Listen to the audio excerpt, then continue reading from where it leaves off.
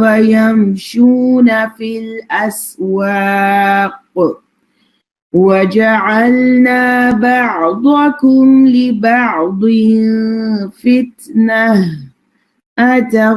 أتصبرون وكان ربك بصيرا وقال الذين لا يرجون لقاءنا لولا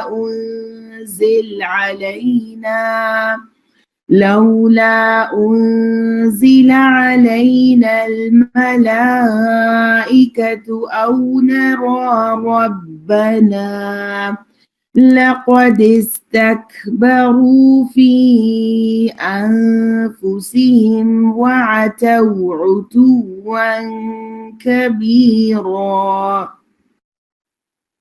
يوم يرون الملائكة لا بشرى يومئذ للمجرمين ويقولون حجرا محجورا وقدمنا إلى ما عملوا من عمل فجعلناه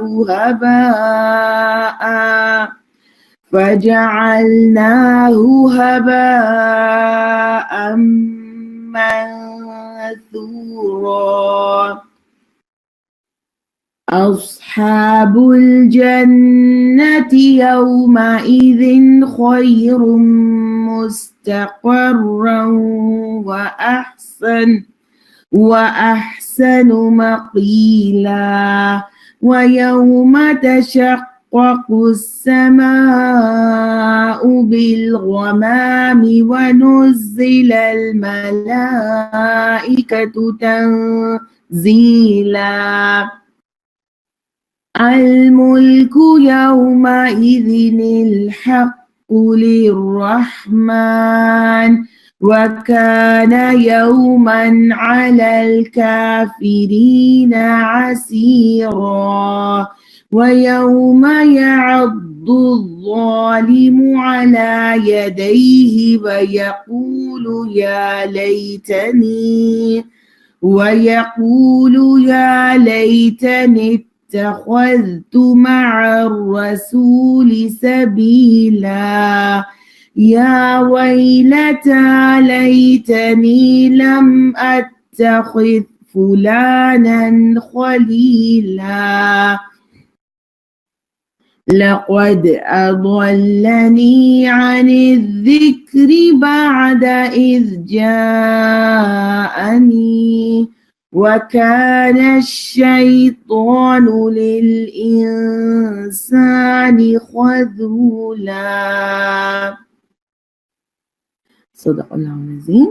جی انشاءاللہ ہم جہاں سے ہم نے تلاوت کی وہاں سے شروع کریں گے. ہم نے جو سورہ فرقان اسٹارٹ کی تھی اس کے اسٹارٹ میں ہی ہم نے دیکھا تھا کہ فرقان کا مطلب ہوتا ہے حق اور باطل میں فرق کرنے والی چیز، اور اس پوری سورہ میں ہم دیکھتے جائیں گے کہ کس طرح سے یہ جو سورہ ہے وہ حق کرتی ہے توحید اور شرک میں فرق ہے، عدل و ظلم میں فرق. پھر اسی سورہ کے اندر توحید، رسالت اور قرآن پر کیے گئے اعتراضات کا جواب ہمارے سامنے آئے گا، اور اس کے علاوہ اس کے اندر جہاد کی بات آئے گی کہ قرآن کے ذریعے سے جہاد کیا جائے گناہوں سے. تو انشاءاللہ تعالی ہم پھر اس چیز کو دیکھتے ہیں. اس میں جو ہے وہ آیا نمبر 19 سے جہاں سے میں نے ابھی تلاوت کی تھی اس کا ترجمہ میں آپ کے سامنے رکھتی ہوں. اے محمد صلی اللہ علیہ وسلم، تم سے پہلے جو رسول بھی ہم نے بھیجے تھے وہ سب بھی کھانا کھانے والے اور بازاروں میں چلنے پھرنے والے لوگ ہی تھے. دراصل ہم نے تم لوگوں کو ایک دوسرے کے لیے آزمائش کا ذریعہ بنا دیا ہے. کیا تم صبر کرتے ہو؟ تمہارا رب سب کچھ دیکھتا ہے. جی یہاں پر ایک جو نبی کریم صلی اللہ علیہ وسلم پر ایک اعتراض کیا گیا کہ آپ صلی اللہ علیہ وسلم ہم ہی جیسے انسان ہیں اور یہ کیسے رسول ہیں جو کھانا بھی کھاتے ہیں اور بازاروں میں بھی چلتے پھرتے ہیں. اور جیسے کہ ہم نے پیچھے سے ہم جب ڈفرینٹ انبیاء کے جب واقعات پڑھتے ہوئے آ رہے ہیں تو ہم نے یہ ہر ہی اس میں یہ دیکھا ہے کہ جب بھی لوگوں کے لیے سب سے پہلے تو جب بھی کوئی اللہ کی طرف سے پیغام آیا ہے، کوئی حق کی بات آئی ہے، تو لوگوں نے کیا کیا ہے، اس پیغام کو سب سے پہلے مشکوک بنانے کی کوشش کی ہے. اگر وہ اس پیغام کو مشکوک نہیں کر پاتے تو پھر وہ پیغام دینے والے کو مشکوک کر دیتے ہیں نا. اور بعض اوقات کیا ہوتا ہے کہ وہ پرسنالٹیز جو دین کا پیغام دے رہے ہیں یا دین کے حساب سے ان کی کوئی بھی آئیڈینٹیفیکیشن ہے، ان کو اس طرح سے لیا جا رہا ہوتا ہے جیسے وہ کوئی بہت ہی ڈفرینٹ سی مخلوق ہو جائیں گے نا. تو بالکل وہی چیز یہاں نبی کریم صلی اللہ علیہ وسلم کو بھی کہا جاتا تھا. تو آپ صلی اللہ علیہ وسلم کو تسلی دی جا رہی ہے کہ آپ سے پہلے بھی جو انبیاء آئے وہ سب کھانا کھاتے تھے اور بازاروں میں چلنے پھرنے والے لوگ ہی تھے، وہ اپنے کام بھی کرتے تھے. اور اصل وجہ کیا ہے، اللہ تعالیٰ نے انسانوں کی ہدایت کے لیے انسان ہی کو بھیجا ہے نا، تاکہ وہ اس کے لیے بیسٹ رول ماڈل ہو. دوسری بات جو یہاں بڑی امپورٹنٹ ہے وہ کیا ہے، وَجَعَلْنَا بَعْضَكُمْ لِبَعْضٍ فِتْنَةً، کہ دراصل ہم نے تم لوگوں کو ایک دوسرے کے لیے آزمائش کا ذریعہ بنا دیا ہے. یہ بڑی امپورٹنٹ آیات ہے اگر ہم اس سے سمجھیں کہ یعنی یہاں کیا بتایا جا رہا ہے کہ رسول صلی اللہ علیہ وسلم اور اہل ایمان کے لیے منکرین آزمائش ہیں. اور منکرین کے لیے کون ہے؟ رسول اللہ صلی اللہ علیہ وسلم اور اہل ایمان آزمائش ہو گئے. یعنی اب دونوں کے ٹیسٹ ہو رہے ہیں نا کہ کون کس معاملے کو کس طرح لے گا. آپ صلی اللہ علیہ وسلم کی زندگی میں سینیریو اسی طرح تھا کہ یہ دیکھا جا رہا تھا کہ آزمائشوں میں کون رہتا ہے، آزمائشوں سے نکل کے کیا جو مومنین ہیں وہ کس طرح سے مطلب اپنی اس ٹیسٹ میں سے نکل جائیں گے، اس بھٹی سے نکلیں گے. اور ان مومنین کے لیے کیا تھا، وہ منکرین ایک فتنہ بنے ہوئے تھے نا، جو کہ ان کے اوپر ظلم و ستم ڈھا رہے تھے. اور اسی طرح وہ جو منافقین تھے، مشرکین جو تھے، ان کے لیے کیا ہو رہا تھا کہ وہاں پر مسلمان اور اہل ایمان فتنہ بن گئے تھے، کیونکہ ان کو لگ رہا تھا کہ یہ باز نہیں آ رہے، اتنے ظلم و ستم ہو رہا ہے، اتنی سختیاں ہو رہی ہیں، لیکن یہ واپس نہیں پلٹ رہے. ہے نا. تو اسی طرح ہم سب اگر اپنی زندگیوں میں دیکھیں کہ ہمارے بھی اگر ہم اپنی سراؤنڈنگز میں دیکھیں کہ اللہ تعالیٰ نے کچھ لوگوں کو کچھ کے لیے ایک آزمائش کا ذریعہ بنایا ہوا ہے. کچھ حالات ایسے ہوتے ہیں جس میں ڈال کر وہ آزمائش سے اللہ تعالیٰ گزارتے ہیں. کچھ لوگوں میں ہوتا ہے, یعنی انسانوں کے اندر بھی یہ میٹر ہوتا ہے. کرنا کیا ہے, تو یہاں پہ بڑے دو خوبصورت پوائنٹ ہے. التصبیرون وکان ربک بصیرا, کیا تم صبر کرتے ہو اور تمہارا رب سب کچھ دیکھتا ہے. تو اس میں وہی بات تھی کہ یہ دیکھنا ہے کہ انسانوں کے بیچ میں رہتے ہوئے آزمائشیں آئیں گی. انسان ایک دوسرے کی آزمائش کا ذریعہ ہوں گے, خاص کر جب ہم اجتماعیت کے اندر رہ کر کام کرتے ہیں, چاہے ہم اپنی فیملی کے اندر ہیں, چاہے ہم کولیگز ہیں, کہیں کام کر رہے ہیں. تو اس طرح سے یہ چیزیں ہوں گی, ہے نا. اللہ تعالیٰ کہتے ہیں وَجَعَلْنَا بَعْضَكُمْ لِبَعْضٍ فِتْنَةً, کرنے کا کام کیا ہے, تصبرون, کیا تم صبر کرتے ہو اور تمہارا رب سب کچھ دیکھتا ہے. تو جب رب سب کچھ دیکھتا ہے تو میری نظریں اللہ پر لگ جائیں, ہے نا, کہ بندہ مومن کا کرنے کا کام پھر کیا ہوگا کہ الجھنا نہیں ہے, کہ ایک دوسرے سے الجھنا نہیں ہے, ٹکرانا نہیں ہے, بلکہ بغیر ٹکرائے ہوئے صبر کے ساتھ اور اللہ پہ نظریں رکھتے ہوئے اپنی کام کرتے چلے جانے. کیونکہ یہ پوری کائنات ہمیں اسی بات کا بار بار درس دے رہی ہے نا, کہ ہم دیکھتے ہیں کہ سورج, چاند, ستارے, ہر کوئی اپنے اپنے آربٹ میں اپنے اپنے حصے کا کام کر رہا ہے, کوئی کسی سے نہیں ٹکرا رہا. تو یہی چیز انسانوں سے بھی مطلوب ہے. جو لوگ ہمارے حضور پیش ہونے کا اندیشہ نہیں رکھتے وہ کہتے ہیں کہ کیوں نہ فرشتے ہمارے پاس بھیجے جائیں یا پھر ہم اپنے رب کو دیکھیں. بڑا گھمنڈ لے بیٹھے یہ اپنے نفس میں اور حد سے گزر گئے اپنی سرکشی میں. جس روز یہ فرشتوں کو دیکھیں گے وہ مجرموں کے لیے کسی بشارت کا دن نہیں ہوگا. چیخ اٹھیں گے کہ پناہ با خدا, اور جو کچھ ان کا کیا دھرا ہے اسے لے کر ہم غبار کی طرح اڑا دیں گے. جی, اب یہاں پہ ان لوگوں کی بات ہو رہی ہے وہی کہ جو اعتراضات کیا کرتے تھے کہ بھئی اگر یہ اللہ کے نبی ہیں تو ان کے ساتھ کوئی فرشتے کیوں نہیں نظر آتے, ان کے ساتھ کوئی فرشتے نہیں آتے. یا کبھی مطالبے یہ تھے کہ بھئی اللہ تعالیٰ خالی انہی کو ہی کیوں جو ہے وہ دیتا ہے, یعنی وہی ان کے پاس کیوں آتی ہے, اللہ تعالیٰ خود کیوں نہیں آ جاتے نعوذ باللہ اور اپنا پیغام دے. خالی انہیں ہم کیسے یقین کر لیں کہ یہ جو وحی ہے یہ ان صاحب کے اوپر آتی ہے اور یہ ہمیں دیتے ہیں. تو اللہ سبحانہ و تعالیٰ یہاں ان کے اس کو بتاتے ہیں کہ یہ جو لوگ ہیں اصل میں مسئلہ کیا ہے, کہ یہ جو اتنی بڑی بڑی باتیں کر رہے ہیں اس کی وجہ کیا ہے کہ ان کو ہمارے حضور پیش ہونے کا اندیشہ نہیں ہے, ان کو یقین نہیں ہے.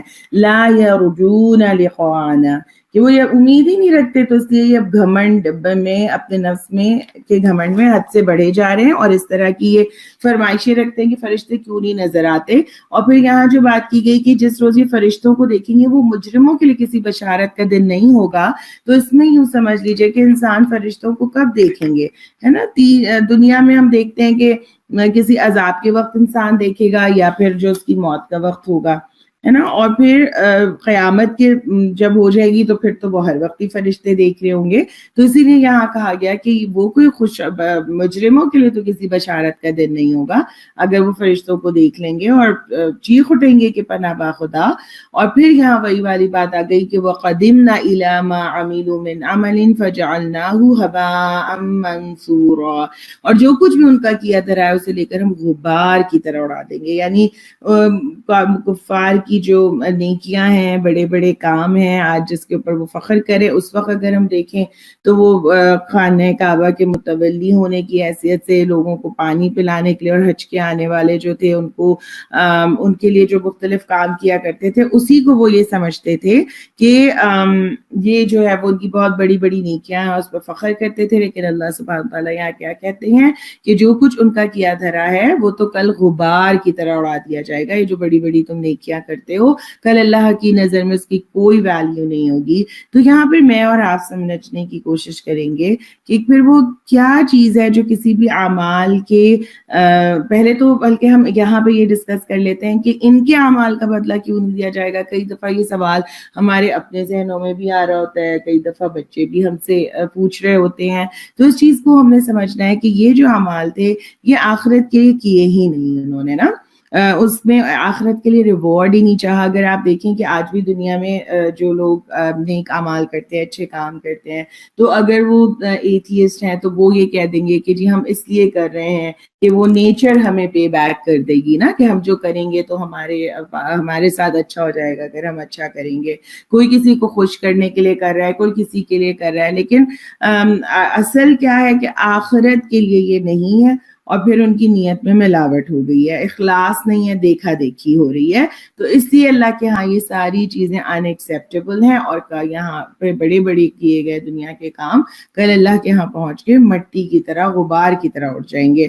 تو یہاں سے ہمیں کیا بات سمجھ میں آتی ہے کہ ہم بھی جو بھی کوئی اچھا کام کرتے ہیں، کوئی بھی نیکی کا کام کرتے ہیں، اور ہم چاہتے ہیں کہ کل قیامت میں اس کا وزن ہو، ہمیں اس کا بینیفٹ ہو، تو اس کے لیے پھر کیا چیزیں آتی ہیں کہ ہمیں کن چیزوں کو ذہن میں رکھنا ہوگا کہ سب سے پہلے کہ ہماری نیت اور اخلاص کیا ہے نا، کہ کیا ہم اخلاص کے ساتھ صرف اور صرف اللہ کی خاطر یہ کام کریں، پھر کیا وہ عمل صالح ہے، اللہ اور اس کے نبی کے بتائے ہوئے طریقوں کے مطابق ہے، اور پھر کیا ہم اسے آخرت میں اسٹور کروانے کے بعد، سیو کرانے کے بعد کیا اس کی حفاظت کا بھی انتظام کر رہے ہیں.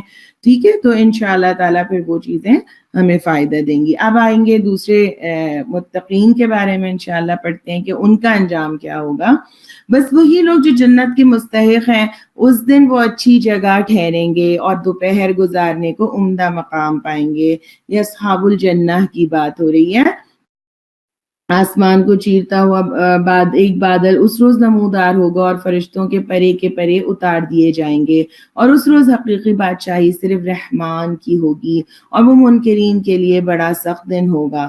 جی بیچ میں جو یہ جنت کی بات ہوئی ہے، اس کو دیکھ لیتے ہیں کہ بس وہی لوگ جو جنت کے مستحق ہیں اس دن اچھی جگہ ٹھہریں گے. یہاں مستقر و احسن مقیلا ہے، تو اس میں کہا جاتا ہے کہ وہ قیلولہ کریں گے جنت میں جا کے. سبحان اللہ، اللہم جعلنا منہم. اصحاب الجنت یومئذ خیر مستقرا واحسن مقیلا. بس وہی لوگ جو جنت کے مستحق ہیں اس دن اچھی جگہ ٹھہریں گے اور دوپہر گزارنے کا عمدہ مقام پائیں گے. جی الحمدللہ یہاں پہ پھر اللہ سبحانہ و تعالیٰ نے اس دن کی سختی بتا کر پھر کیا کہا کہ جو لوگ جنت کے مستحق ٹھہرے ہیں وہ کیا ہوگا، وہاں جا کر مقیلہ کا ورڈ آیا ہے نا، قیلولہ کریں گے، اور ان کو ان کا جو جیسے کہہ لیجیے استقبال ہوگا، اور جو پہلا کھانا جنتیوں کو ملے گا وہ مچھلی ملے گا، ہے نا. اور پھر آگے دیکھتے ہیں وَيَوْمَ تَشَقَّقُ السَّمَاءُ بِالْغَمَامِ وَنُزِّلَ الْمَلَائِكَةُ تَنزِيلًا. آسمان کو چیرتا ہوا ایک بادل اس روز نمودار ہوگا، اور فرشتوں کے پرے اتار دیے جائیں گے. اس روز حقیقی بادشاہی صرف رحمان کی ہوگی، اور وہ منکرین کے لیے بڑا سخت دن ہوگا. ظالم انسان اپنے ہاتھ چبائے گا اور کہے گا کہ کاش میں نے رسول کا ساتھ دیا ہوتا، اور ہائے میری کمبختی، کاش میں نے فلاں شخص کو دوست نہ بنایا ہوتا، اس کے بہکائے میں آ کر میں نے وہ نصیحت نہ مانی جو میرے پاس آئی تھی. شیطان انسان کے حق میں بڑا ہی بے وفا نکلا. جی یہ آیتیں ابھی میں نے آپ کے سامنے رکھی. قیامت کے دن کی ہولناکیوں کا ذکر ہے، اور پھر اس دن کی کچھ حسرتیں ہیں کہ ایک اللہ سبحانہ و تعالیٰ نے کیا بتایا کہ پہلے تو وہ دن ہی بڑا سخت ہے، اور سخت مراحل سے انسان گزر رہا ہے، اور اس کے بعد کیا ہوگا، لمبا دن ہے نا. تو وہ اسی چیز کو دکھایا گیا کہ بہت سخت وہاں پہ پریشانی میں انسان کھڑے ہیں. اور پھر انسان کی حسرت کیا ہو رہی ہے کہ ظالم انسان جو ہے وہ اپنے ہاتھ چبا رہے ہیں، اور وہ کہے گا کہ کاش میں نے رسول کا ساتھ دیا ہوتا. نبی کریم صلی اللہ علیہ وسلم کی زندگی میں آپ کا ساتھ دینا اس سے مراد ہے، اور آپ صلی اللہ علیہ وسلم کے بعد جو بھی امت وسط آئے گی اس کے اندر جو لوگ بھی آپ صلی اللہ علیہ وسلم کا مشن لے کر چل رہے ہیں، جو آپ کے کام کو آگے بڑھا رہے ہیں، ان کا ساتھ دینا ہے نا. اور تو یہ کیا ہے، یہ قیامت کے دن کی حسرت ہے جو انسان کرے گا. اور اللہ تعالیٰ کا احسان ہے کہ اس نے ہمیں آج اس کتاب میں یہ بات بتا دی ہے کہ کل اگر یعنی کہ آج اگر وقت ضائع کر کے جائیں گے تو یہی چیزیں، یہی وقت، یہی ہمارے مشاغل کل کیا ہوں گے، حسرت بن جائیں گے کہ کاش ہم نے یہ کام ٹائم پر کر لیا ہوتا، رسول کا ساتھ دیا ہوتا. اور پھر آگے جو ایک اور جو حسرت ہے قیامت قیامت کے دن کی وہ کیا ہے کہ کاش میں نے فلاں شخص کو دوست نہ بنایا ہوتا. اور دوستی جو ہے وہ بڑا امپورٹنٹ وہ ہے، یعنی کہ میٹر ہے. ہم جانتے ہیں کہ جیسے ہمیں پتہ چلتا ہے حدیث میں بھی آتا ہے کہ انسان اپنے دوست کے دین پر ہوتا ہے، اور جو ہے وہ دوست جو یعنی کہ جس کمپنی میں آپ رہ رہے ہیں، جن لوگ جو ہمارے دوست ہوتے ہیں وہ کمپنی ہمارے مزاج پہ بہت اثر ڈالتی ہے نا. اگر کہ یا تو ہم خود بہت اسٹرانگ ہوں ہے نا، اور پھر ہم چینج لے آئیں اور جو ہے وہ دوسروں تک پیغام دینے والے ہیں تو بالکل ہے. لیکن یہاں جو چیز سمجھنی ہے کہ کل قیامت کے دن کی حسرتیں یہ ہیں کہ کاش میں نے فلاں شخص کو دوست نہ بنایا ہوتا. تو پھر کیا کریں؟ یعنی دوستیاں اس دن کی میٹر کریں گی. اور آگے کیا اس کے بہکائے میں آ کر میں نے وہ نصیحت نہ مانی جو میرے پاس آئی تھی، ہے نا. کہ جیسے اب ہم سب اپنی دوستیوں پہ غور کریں گے انشاءاللہ کہ ہماری دوستیاں کیسی ہیں. ہم جب فرینڈ سرکل میں ہوتے ہیں تو ہمارے درمیان کس طرح کی باتیں ہوتی ہیں، ہم کون سے پروجیکٹس مل کے کرتے ہیں، کہاں مل کے ساتھ جاتے ہیں، کیا ایک دوسرے کو کہ جب بھی ساتھ ہوتے ہیں تو کیا ایک دوسرے کے ایمان کے بڑھنے کا ذریعہ بن رہے ہوتے ہیں. ان چیزوں پہ انشاءاللہ ہم نے اپنے آپ کو چیک کرنا ہے. لیکن کئی دفعہ ایسا سوال آتا ہے ذہن میں کہ جیسے ہم پہلے ایک طرح کی زندگی گزار رہے ہوتے ہیں غیر شعوری ایمان والی، کہ بس پیدا ہو گئے تھے لا الہ الا اللہ، ایک مسلمان گھر میں پیدا ہو گئے، لا الہ الا اللہ پڑھا ہوا تھا لیکن اس کے کوئی تقاضے نہیں معلوم تھے، اور ہم اپنے طور پر اپنی مطابق ایک زندگی گزار رہے تھے. تو اس میں ہماری کمپنیز بھی ڈفرینٹ تھی. لیکن کیا ہوتا ہے جیسے ہی شعوری ایمان آتا ہے اور ہمارے اندر کوئی تبدیلی آتی ہے، اور پھر پتہ چل رہا ہوتا ہے کہ اب جو ہمارا سرکل ہے وہ تو ظاہر ہے جو ہمارا پچھلا طریقہ تھا اس پر ہے، تو ذہن میں اکثر سوال آتا ہے کہ تو پھر کیا کریں، سب کچھ چھوڑ دیں؟ نہیں، چھوڑنا نہیں ہے ہم نے، بلکہ پہلے خود کو اسٹرانگ کرنا ہے نا. اب دیکھیں کہ جس طرح ڈاکٹرز ہوتے ہیں تو وہ کیا کرتے ہیں جب وہ پیشنٹ کو ٹریٹ کرتے ہیں تو وہ اپنی پریکاشنز کے پورے انتظام کرتے ہیں نا، اپنی حفاظت کا پورا انتظام کریں گے، وہ ویکسینیشنز بھی لیتے ہوں گے، وہ ویسے احتیاطی تدابیر اختیار کرتے ہیں، لیکن پیشنٹ کو چھوڑ تو نہیں دیتے. دیکھنا ہوتا ہے لیکن پھر کیا اپنی حفاظت کا انتظام پہلے. تو اسی طرح میں نے اور آپ نے بھی یہی کرنا ہے کہ اپنی دوستیوں کو چیک کرنا ہے، خود کو اسٹرانگ بنانا ہے، اور پھر اس میسج کو آگے دینا ہے اور اپنے وقت کو ضائع ہونے سے بچانا ہے. کیونکہ یہ ساری حسرتیں بالکل ایسی نہیں لگ رہی کہ جیسے یہ وہ لوگ وہ حسرتیں کر رہے ہیں جو دنیا میں اپنا وقت گزار کر چلے گئے نا، جنہوں نے گزارا تو مگر اس کو اچھے طریقے سے نہیں گزارا، بامقصد نہیں گزارا. تو اس کی ہمیں فکر کرنی ہے. اور رسول صلی اللہ علیہ وسلم کہیں گے، کیا کہہ رہے ہیں نبی کریم صلی اللہ علیہ وسلم؟ وقال الرسول یا ربی ان قوم اتخذوا هذا القرآن مہجورا. اور رسول اللہ صلی اللہ علیہ وسلم کہیں گے کہ اے میرے رب، میری قوم کے لوگوں نے اس قرآن کو نشانہ تضحیک بنا لیا تھا. القرآن مہجورا، یہ دیکھیے بڑی سوچنے کی اور جسے مجھے لگتا ہے تدبر کے لیے یہ آیتیں ہونی چاہیے آج ہمارے لیے، کہ ہم زندگی میں یہ اس بات پر خوش ہیں، اس پہ راضی ہیں کہ کل نبی کریم صلی اللہ علیہ وسلم ہماری سفارش کر دیں گے، اور بالکل کریں گے. لیکن یہاں کیا لگ رہا ہے؟ یہاں تو یوں محسوس ہو رہا ہے کہ رسول اللہ صلی اللہ علیہ وسلم اپنی قوم کے بارے میں کیا کہتے ہیں؟ اتخذوا هذا القرآن ان قوم اتخذوا هذا القرآن مہجورا، کہ میری قوم کے لوگوں نے اس قرآن کو نشانہ تضحیک بنا لیا تھا. کہ یہ رسول کا شکوہ یہاں پہ دکھ رہا ہے. ہم تو امید لگائے ہوئے ہیں جو ہے وہ کہ وہ شفاعت کر دیں گے، اور بالکل کریں گے، ہمارا یقین ہے، اس پر بلیو ہے. لیکن یہاں پر ایک جو چیز اللہ سبحانہ تعالیٰ خود قرآن کے اندر میں بتا رہے ہیں کہ یہ چیز ہے کہ میری قوم کے لوگوں نے اس قرآن کو نشانہ تضحیک بنا لیا تھا. کیا ہوتا ہے قرآن کو نشانہ تضحیک بنانا؟ یہاں جو ورڈ مہجورہ استعمال ہوا ہے اس سے کئی اس کے میننگز ہوں گے. پہلا لیا جاتا ہے متروک، اولڈ ڈیٹڈ بک سمجھ لیا تھا، ارے بھائی یہ تو پرانے زمانے کی بات ہے، آج کے دور میں پریکٹیکل نہیں ہے، آج کے دور میں تو اس پر عمل ہو ہی نہیں سکتا. ٹھیک ہے. دوسرا کیا ہوتا ہے کہ انہوں نے اپنی مطلب اس کی باتوں کو پڑھا سنا، لیکن اس کے اوپر اپنی باتیں چھاٹتے رہے، اپنے میننگز نکالتے رہے، اور صحیح مقصد اس کا نہیں لیا۔ اس کے علاوہ قرآن کو نشانہ تضحیک بنانا کیا ہے کہ آپ دیکھیے کہ جس طرح جو ہمارا قرآن کے ساتھ رویہ ہوتا ہے، یعنی ویسے ہم اس کو مضبوطی سے پکڑتے ہیں، اتخذو بھی آیا نا، پکڑتے بڑی مضبوطی سے ہیں، بڑے سجا کے رکھتے ہیں، اوپر سجا کے، اور بہت احترام کہ اس کی طرف پیٹھ نہ ہو، اس کی طرف پیر نہ ہو۔ لیکن عملی طور پر ہمارا رویہ کیا ہے؟ جب عمل کی بات آتی ہے تو اس کتاب کی ساری عقیدت کہاں چلی جاتی ہے؟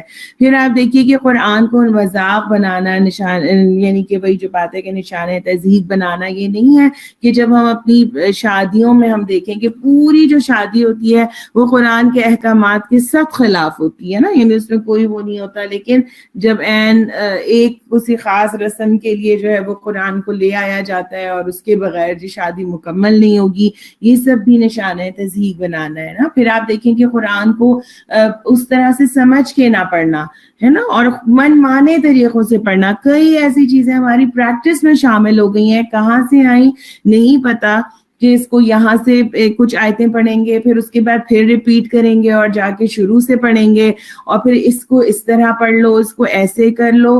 تو یہ ساری چیزیں کیا ہے؟ یہ نشانہ تضحیک بنانا ہے، کیونکہ جس چیز سے اس کا ہم مقصد نہیں حاصل کر رہے، جس طرح ہمیں سکھایا سمجھایا گیا تھا، اگر ہم اس سے وہ اچیومنٹس نہیں لے رہے، وہ گولز نہیں لے رہے اپنے لیے، اور اس کو اس طرح سے فالو نہیں کر رہے، تو یہ اس قرآن کا مذاق ہی بنانا ہے، اس کو نشانہ تضحیک بنانا ہے۔ اور جہاں اپنے طور پر کوئی پوائنٹ، جہاں پہ قرآن اپنی بات کی دلیل میں قرآن سے کچھ ملا تو بڑی بڑی آیات کوٹ کی اور ریفرنسز دیے، اور پھر جہاں معاملہ جو چیز خود کرنا ہے وہاں پر قرآن کو بھول گئے، تو اس سے تو استغفر اللہ ہمیں بچنے کی کوشش کرنی ہے۔ یہ قرآن کتاب ہدایت ہے، اسے ہم نے کتاب ہدایت ہی بنانا ہے۔ یہ وہ کتاب ہے جو دلوں کو زندہ کرتی ہے، مردہ دلوں کو زندہ کرتی ہے۔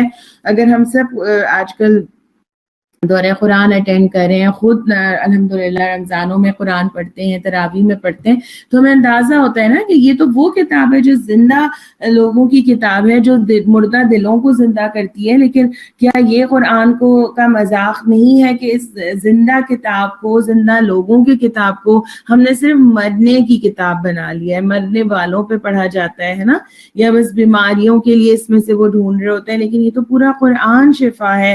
تو اس کے اوپر انشاءاللہ تعالیٰ آج میں اور آپ ضرور پونڈر کریں، ضرور سوچیں، تدبر کریں کہ میرا معاملہ اس کتاب کے ساتھ کیا ہے۔ کل نبی کریم صلی اللہ علیہ وسلم میرے بارے میں کیا کہیں گے، یا خدا نخواستہ میں ان لوگوں کی کیٹیگری میں تو نہیں ہوں گی جنہوں نے قرآن مہجورہ کیا ہوا ہے، یعنی قرآن کو پکڑا ہوا بھی ہے اور اسے چھوڑ بھی دیا ہے۔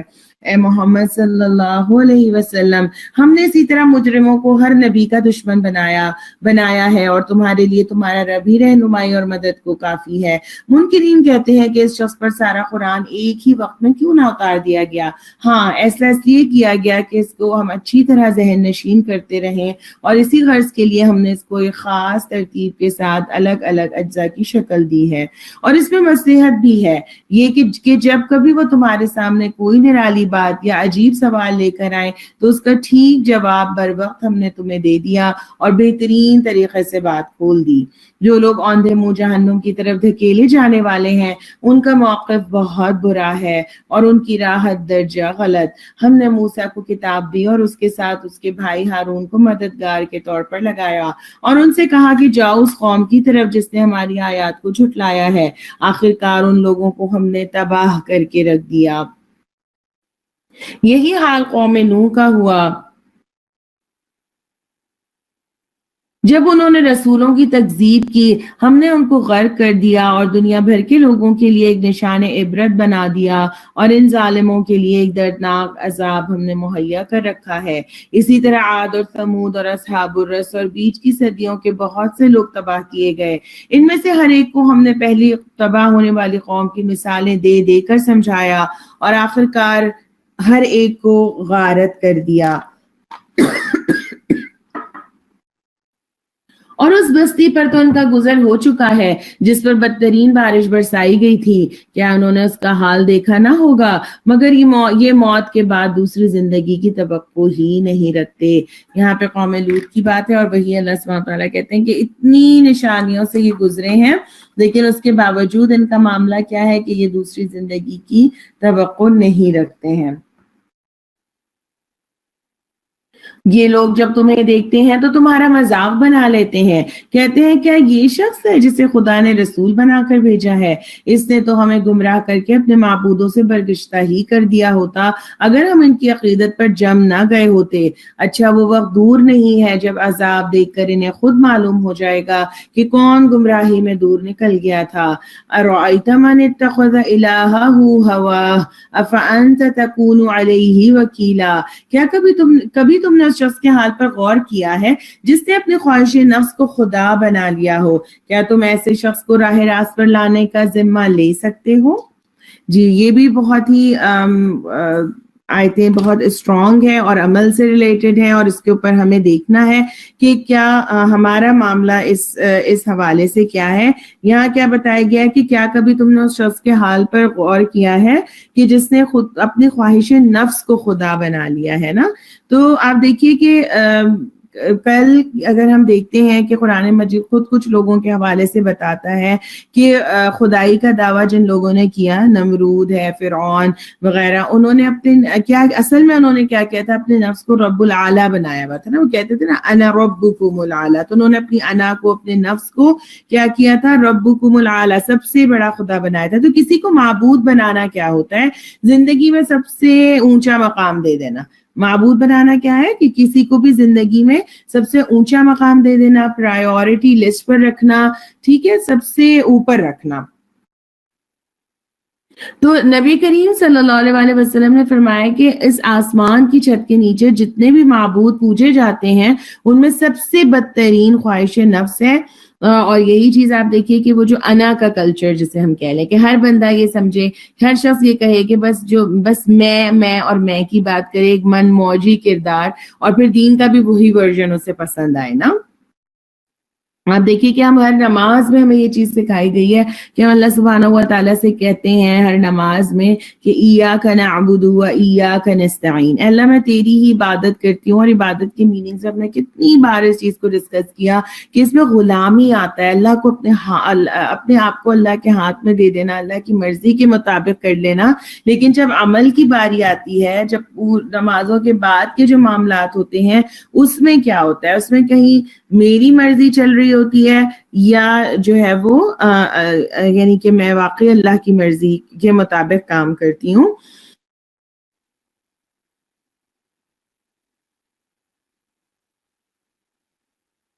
ٹھیک ہے، اور اس میں پھر ہم دیکھیں گے کہ کس طرح سے اور انسان مطلب بالکل اس میں گرتا چلا جاتا ہے۔ اللہ تعالیٰ نے انسان کو بڑا ہی اونچا مقام دیا نا، اشرف المخلوقات بنایا، اعلیٰ تقویم دی، لیکن ہوتا کیا ہے کہ ہم نے خود کو جانوروں کے لیول سے بھی گرا دیا۔ تو پھر اگر انسان صرف اپنی منمانی کرے تو پھر وہ کیا بن جاتا ہے، وہ ایسے ہی ہو جاتا ہے کہ جیسے وہ اپنے خواہش نفس کو اس نے الہ کر دی، الہ بنا لیا ہو نا۔ اور جو آپ یہ دیکھیں کہ پوری مکی سورہ میں اگر ہم غور کرتے ہیں تو وہاں پر جس چیز کے اوپر تربیت کی جا رہی ہے وہاں کسی بت کا نام نہیں دیا گیا تھا، بلکہ ہم غور کرتے ہیں کہ انا کے بت کے توڑنے کی باتیں ہوئی تھی نا۔ اور وہ یہ اس کو دیکھیے کہ ہر وہ خواہش جو انسان کو گونگا بہرا کر دے وہ اس کا الہ ہے، یعنی اس کو سمجھنا ہے، اس کو نظر آ رہا ہے کہ یہ چیز ٹھیک نہیں ہے، یہ چیزیں معلوم ہے، لیکن پھر بھی کیا ہو کہ وہ اپنے نفس کو ہی پوچھتا چلا جائے، اپنے نفس کی ہی جو ہے وہ اس کے اوپر لے کر چلے اور اسی کی مانے، تو پھر یہ نفس کو الہ بنانا ہی ہے۔ اور نبی کریم صلی اللہ علیہ وسلم نے فرمایا کہ مجھے اپنی قوم کے لیے دو چیزوں کا خوف ہے، ایک خواہش نفس، یہ خطرناک ہے کیونکہ حق بات کہنے سے روک دیتی ہے، اور دوسری لمبی امیدیں کیونکہ یہ آخرت کو بھلوا دیتی ہیں۔ اللہ اکبر۔ اب دیکھیے کہ ہمارے حالات کیا ہیں، ہم کیا کرتے ہیں نا، ہمارا رویہ کیا ہے, ہمارے ویک پوائنٹس کہاں ہیں, کیا کیا ہیں, کہاں پر آ کر جو ہے میں بھی اپنی خواہش نفس کو خدا بنا لیتی ہوں. اور اگر ہم غور کریں تو اب اگر ہم چیزیں دیکھیں تو بعض اوقات کیا ہوتا ہے کہ ہماری یعنی ایک تو خود انسان اپنے نفس کو الہ بنائے, اور آج کل کچھ طریقہ تربیت بھی اس طرح ہو گیا کہ بعض اوقات ہم اپنے بچوں کو بھی جو ہوتے ہیں وہ اتنا زیادہ یعنی ان کی جو اس کو ہوا دے رہے ہوتے ہیں کہ کیا کھاؤ گے, کیا پیو گے. ایک ہی گھر میں جو ہے وہ 4 طرح کے سیریل ہیں, ایک ٹائم پہ ایک کھانے کے بجائے اگر بچے کو پسند نہیں ہے تو اچھا یہ آرڈر کر لو, وہ منگا لو, وہ کر لو. یعنی ہم کس طرح کا کلچر اس کو ڈیولپ کریں. اللہ سبحانہ و تعالیٰ یہ سوال رکھ رہے ہیں کہ کیا تم نے کبھی اس شخص کے حال پر غور کیا ہے کہ جس نے اپنی خواہش نفس کو اپنا الہ بنایا ہوا ہے.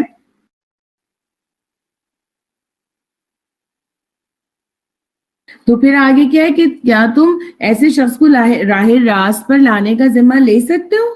کتنی بڑی بات ہے کہ اگر خواہشات غالب آ جائیں گی تو کیا ہوگا, پھر ایسے شخص کا راہ راست پر آنا بھی مشکل ہو جائے گا, کیونکہ جہاں خواہشات غالب آئیں گی وہاں فرائض چھوٹ جائیں گے. وہاں پہ جو کرنے کا کام, یعنی جب انسان موڈ کے تابع ہو جائے گا تو پھر اصل میں کیا ہو جائے گا, وہ نفس کا پجاری بن جائے گا اور اسی کی جو ہے وہ خدمت میں لگا رہے گا کہ جیسے چاہو کھاؤ, جیسے چاہو پیو, ہے نا. تو پھر اور آپ دیکھیں کہ کس طرح سے جب مشرق میں تھے تو پھر اپنی مرضی سے وہاں کی چیزوں کو فالو کیا, مغرب میں آئے تو اب کیا ہوا کہ پھر وہی ہے کہ خواہش نفس کو الہ بنا کر جو چیز ہمیں اچھی لگتی ہے بس ہم وہ کریں گے, چاہے ہمیں پتا ہو کہ اس میں کتنا ہی نقصان ہے. تو اس چیز کو ہم نے کنٹرول کرنا ہے, کیونکہ اللہ سبحانہ تعالیٰ کہتے ہیں کہ تم ایسے شخص کو راہ راست پر لانے کا ذمہ لے سکتے ہو. مطلب جس نے یہ کیا ہوا, کیا تم سمجھتے ہو کہ ان میں سے اکثر لوگ سنتے اور سمجھتے ہیں یہ تو جانوروں کی طرح ہیں, بلکہ ان سے بھی گئے گزرے. اللہ اکبر.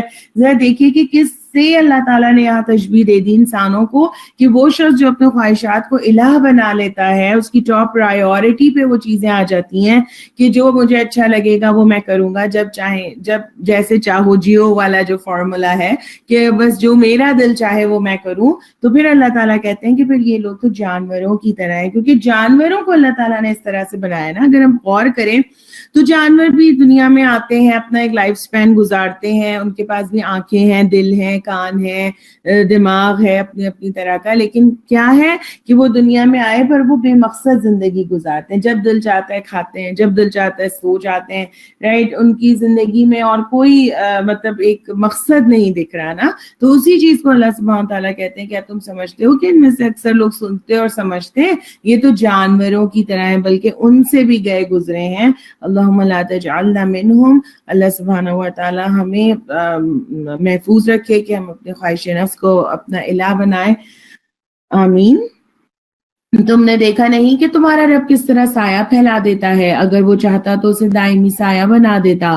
ہم نے سورج کو اس پر دلیل بنایا, اور پھر جیسے جیسے سورج اٹھتا جاتا ہے ہم اس سائے کو رفتہ رفتہ اپنی طرف سمیٹتے چلے جاتے ہیں. اور وہ اللہ ہی ہے جس نے رات کو تمہارے لیے لباس اور نیند کو سکون موت اور دن کو جی اٹھنے کا وقت بنایا. اور وہی ہے جو اپنی رحمت کے آگے آگے ہواؤں کو بشارت بنا کر بھیجتا ہے, پھر آسمان سے پاک پانی نازل کرتا ہے تاکہ ایک مردہ علاقے کو اس کے ذریعے زندگی بخشے اور اپنی مخلوق میں بہت سے جانوروں اور انسانوں کو سیراب کرے.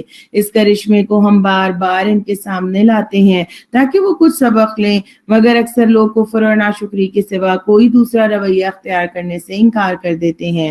اگر ہم چاہتے تو ایک ایک بستی میں ایک ایک خبردار کرنے والا اٹھا کھڑا کرتے, بس اے نبی صلی اللہ علیہ وسلم کافروں کی بات ہرگز نہ مانو اور قرآن کو لے کر ان کے ساتھ زبردست جہاد کرو. جی, یہاں پر کیا چیز آ گئی ہے, اللہ سبحانہ و تعالیٰ نے ایک اور جو اصول دیا ہے وہ کیا ہے کہ فَلَا تُطِعِ الْكَافِرِينَ وَجَاهِدْهُمْ بِهِ جِهَادًا كَبِيرًا, کہ قرآن کے ساتھ جہاد کرو. جہاد کبیر کے 3 میننگز یہاں پر آئیں گے کہ ایک ہوتا ہے انتہائی کوشش, جس میں آدمی اپنی ہر طرح کی کوشش اور سعی لگا دے.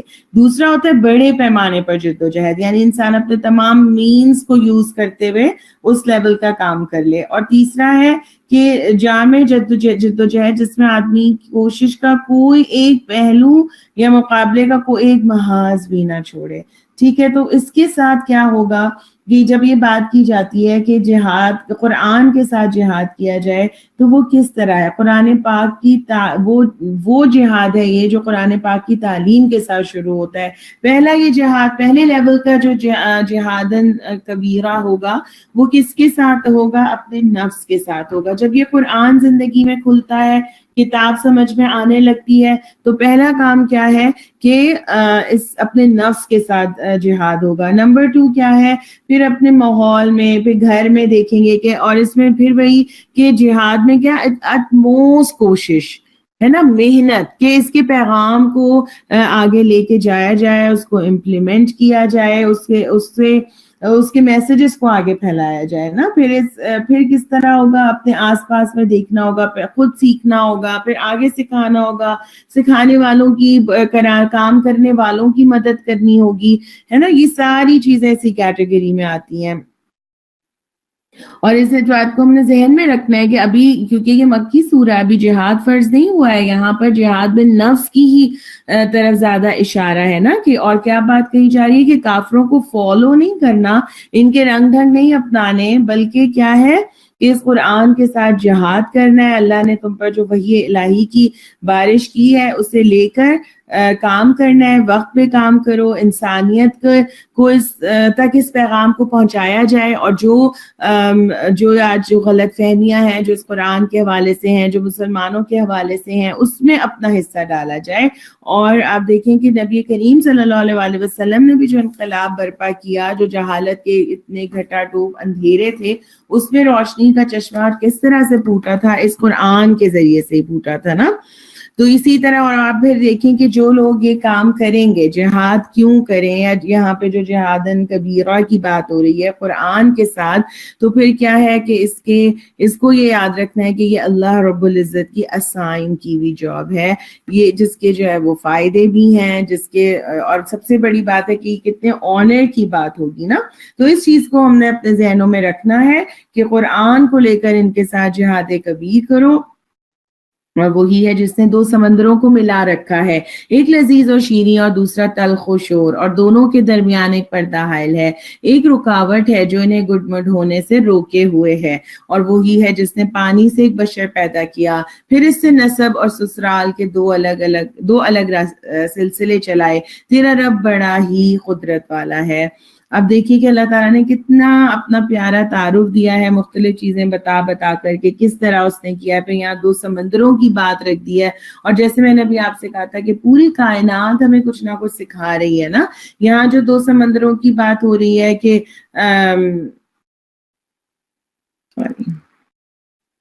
2 سمندروں کو ملا کر رکھا ہے، ایک لذیذ اور شیریں اور دوسرا تلخ و شور. اور ہم نے وہ کئی دفعہ وہ ویڈیوز اور پکچرز دیکھی ہوں گی، یہ کس طرح سے وہ پانی جو ایک میٹھا پانی ہے، ایک کھارا پانی ہے، لیکن وہ اپنی باؤنڈریز کو کراس نہیں کرتے ہیں، اور کیا کرتے ہیں، ایک دوسرے میں مکس نہیں ہوتے ہیں، اپنی انہوں نے ایک آئیڈینٹی رکھی ہوتی ہے.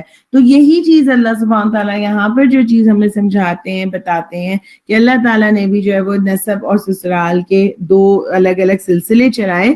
تو اس کے اندر کرنے کا کام بھی یہی ہے کہ یعنی کہ بعض اوقات اس میں بھی کچھ ایسے چیلنجز ہوتے ہیں، کچھ فتنہ بن جاتا ہے ہمارے لیے. تو یہاں پر کیا زبردستی ایک ایگزامپلز ہم ریلیٹ کر سکتے ہیں کہ جس طرح 2 سمندر ساتھ ساتھ چل رہے ہیں، وہ ایک دوسرے سے ٹکراتے نہیں، ملتے نہیں، الجھتے نہیں. تو اسی طرح زندگی کے مختلف مراحل سے جو ہے وہ ہمیں بھی گزر جانا چاہیے. اب اللہ تعالیٰ اس اپنا تعارف دینے کے بعد کہتے ہیں کہ اس خدا کو چھوڑ کر لوگ ان کو پوج رہے ہیں جو ان کو نہ نفع پہنچا سکتے ہیں نہ نقصان، اور اوپر سے مزید یہ کہ یہ کافر اپنے رب کے مقابلے میں ہر باغی کا مددگار بنا ہوا ہے.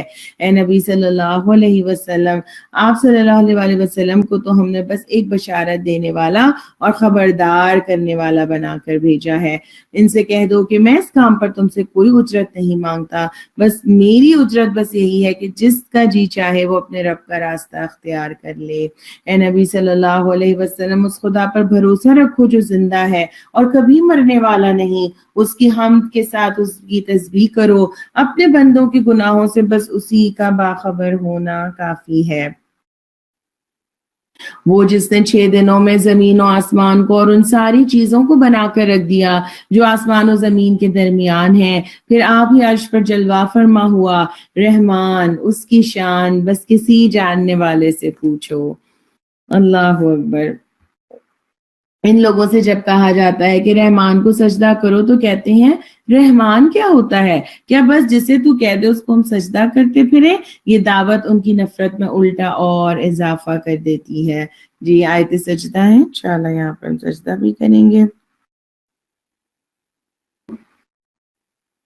بڑا متبرک ہے وہ جس نے آسمان میں برج بنائے اور اس میں ایک چراغ اور ایک چمکتا ہوا چاند روشن کیا، وہی ہے جس نے رات اور دن کو ایک دوسرے کا جانشین بنایا، ہر اس شخص کے لیے جو سبق لینا چاہے، شکر گزار ہونا چاہے۔ رحمان کے اصلی بندے وہ ہیں جو زمین پر نرم چال چلتے ہیں اور جاہل ان کے منہ کو آئیں تو کہہ دیتے ہیں کہ تم کو سلام۔ عباد الرحمن کی یہاں بات ہوگی۔ دیکھیے بندے تو سارے ہی رحمان کے ہیں، لیکن اللہ سبحانہ تعالیٰ نے یہاں کہا ہے وَعِبَادُ الرَّحْمَنِ الَّذِينَ يَمْشُونَ عَلَى الْأَرْضِ هَوْنًا۔ کتنی پیاری بات کی نا، یعنی اللہ تعالیٰ کہتے ہیں جیسے ایک وہی ہوتا ہے نا کہ بچے تو سارے ہی ہمارے ہوتے ہیں، لیکن ایک بچہ ہے جو بہت زیادہ بات سننے والا ہے، آپ کو پیارا ہوتا ہے تو آپ کہتے ہیں یہ ہے میرا بیٹا، یہ ہے اصل میں میرا بچہ۔ تو اللہ تعالیٰ یہاں کیا کہتے ہیں، یہ ہیں وہ رحمان کے اصلی بندے۔ پہلے یہاں پر رک کر سوال کریں گے کہ کیا عباد الرحمان بننا چاہتے ہیں؟ کیا ہم چاہتے ہیں کہ اللہ تعالیٰ ہمیں بھی عباد الرحمان کی کیٹیگری میں ڈالیں، اور یہ وہی عباد الرحمان ہے اللہ کے وہ بندے ہیں جو شعور رکھنے والے بندے ہیں، جن کو اللہ کی معرفت مل جاتی ہے، جنہیں اللہ کا تعارف مل جاتا ہے۔ پہلی بات دیکھیے کہ عباد الرحمان کی جو کوالٹیز یہاں سے شروع ہوں گی، اور ہم جب کبھی بھی کسی دین کے حوالے سے کسی شخصیت کو جانیں یا اس کا جو ریفرنس پوائنٹ دین ہو، تو ہمارے ذہن میں کیا چیز آئے گی؟ پہلے بات کہاں سے شروع کریں گے؟ نماز، روزہ، زکوٰۃ، حجاب، عبائے سے ہماری بات شروع ہوتی ہے، جبکہ اللہ تعالیٰ نے یہاں بات کس سے کی ہے شروع؟ کہ رحمان کے اصلی بندے وہ ہیں جو زمین پر نرم چال چلتے ہیں۔ کیا مطلب ہوتا ہے نرم چال کا؟ یعنی کہ وہ تکبر کے ساتھ نہیں چلتے، ہے نا، عاجزانہ چال ہوتی ہے، لیکن نرم چال سے مراد ضعیفانہ یا مریضانہ چال بھی نہیں ہے، اور نہ ہی وہ چال ہے کہ جو انسان اپنی ایک نمائشی طور پر اڈاپٹ کر لے، یا وہ جسے کہتے ہیں کہ آرٹیفیشل تقویٰ طاری کر کے چلے۔ اور نبی کریم صلی اللہ علیہ وسلم خود اس طرح مضبوط قدم رکھتے ہوئے چلتے تھے کہ گویا نشیب کی طرف اتر رہے ہیں۔ اور حضرت عمر رضی اللہ عنہ کے متعلق روایات میں آتا ہے کہ انہوں نے ایک جوان آدمی کو ذرا مریل چال چلتے ہوئے دیکھا تو روک کر پوچھا کیا تم بیمار ہو؟ اس نے عرض کیا نہیں۔ آپ نے درہ اٹھا کر اسے تھمکایا اور بولے قوت کے ساتھ چلو۔ تو اس سے مراد کیا ہوئی؟ یعنی جو نرم چال سے مراد کیا ہے کہ ایک اچھی سی ایک عاجزانہ چال بھی ہو، اور جو ہے وہ تکبر کے ساتھ اکڑتے ہوئے بھی انسان نہ چلے، بلکہ ایک درمیانی چال چلے نا۔ اس کے بعد کیا ہے؟ پھر آپ دیکھیں کہ دوسری کوالٹی کیا ہے، اور جاہل ان کے منہ کو آئیں تو وہ کہہ دیتے ہیں کہ تم کو سلام ہو، یعنی وہ بحث و مباحثے میں اپنا وقت ضائع نہیں کرتے۔ یہ ہے امپورٹنٹ پوائنٹ جس کو ہم نے سمجھنا ہے کہ جب بھی سورہ قصص میں بھی یہ چیز بیان کی گئی ہے کہ جب وہ کوئی بیہودہ بات سنتے ہیں تو اسے نظر انداز کر دیتے ہیں اور کہتے ہیں کہ بھائی ہمارے اعمال ہمارے لیے اور تمہارے اعمال تمہارے لیے، سلام ہے تم کو، ہم جاہلوں کے منہ نہیں لگتے، ہے نا۔ تو یہاں پر بس اس چیز کو سمجھنا ہے کہ ایک جو رویہ، اور آپ دیکھیے کہ بعض اوقات ایسا ہو جاتا ہے کہ لوگ بہت زیادہ بحث و مباحثہ کرتے ہیں، علمی طور پر بحث و مباحثہ شروع کر دیتے ہیں، کبھی کوئی آپ کو برا بھلا کہنا شروع کر دیتا ہے تو پھر کیا بات ہے کہ وَإِذَا خَاطَبَهُمُ الْجَاهِلُونَ قَالُوا سَلَامًا، تو پھر کیا کہنا ہے بھائی تم کو سلام ہو۔ یعنی عباد الرحمان کا یہ کام نہیں ہے کہ وہ غیر ضروری بحث و مباحثے میں پڑھ کر اپنا وقت ضائع کریں، اور جو اپنے رب کے حضور سجدے اور قیام میں راتیں گزارتے ہیں، سبحان اللہ، کوشش کریں گے عباد الرحمان کی جو ایک کوالٹی آ گئی کہ اپنے رب کے حضور سجدے اور قیام میں راتیں گزارتے ہیں۔ اور الحمدللہ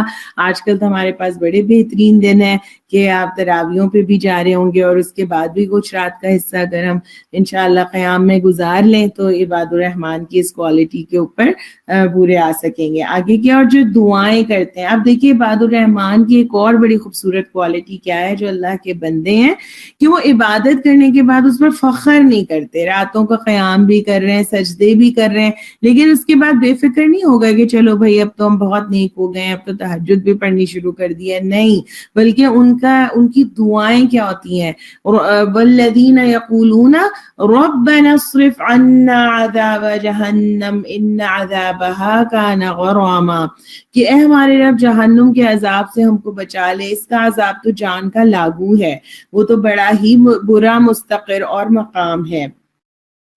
یعنی ان کی دعائیں کیا ہیں، راتوں کو اٹھ کر بھی وہ سجدے قیام میں ہیں، لیکن پھر کیا ہے کہ اپنے رب کی رحمت سے آس لگائے ہوئے رہتے ہیں، دعائیں کرتے جاتے ہیں اور جہنم سے بچنے کی دعائیں کرتے ہیں اور اس کے اوپر اپنی عبادات پر غرور نہیں کرتے. پھر ان کی جو کوالٹی ہے وہ کیا ہے کہ جو خرچ کرتے ہیں تو نہ فضول خرچی کرتے ہیں نہ بخل، بلکہ ان کا خرچ دونوں انتہاؤں کے درمیان اعتدال پر قائم رہتا ہے. ٹھیک ہے، تو اب تھوڑا سا ہم اس چیز کو سمجھیں گے کہ اسراف کی یہاں جو بات آئی ہے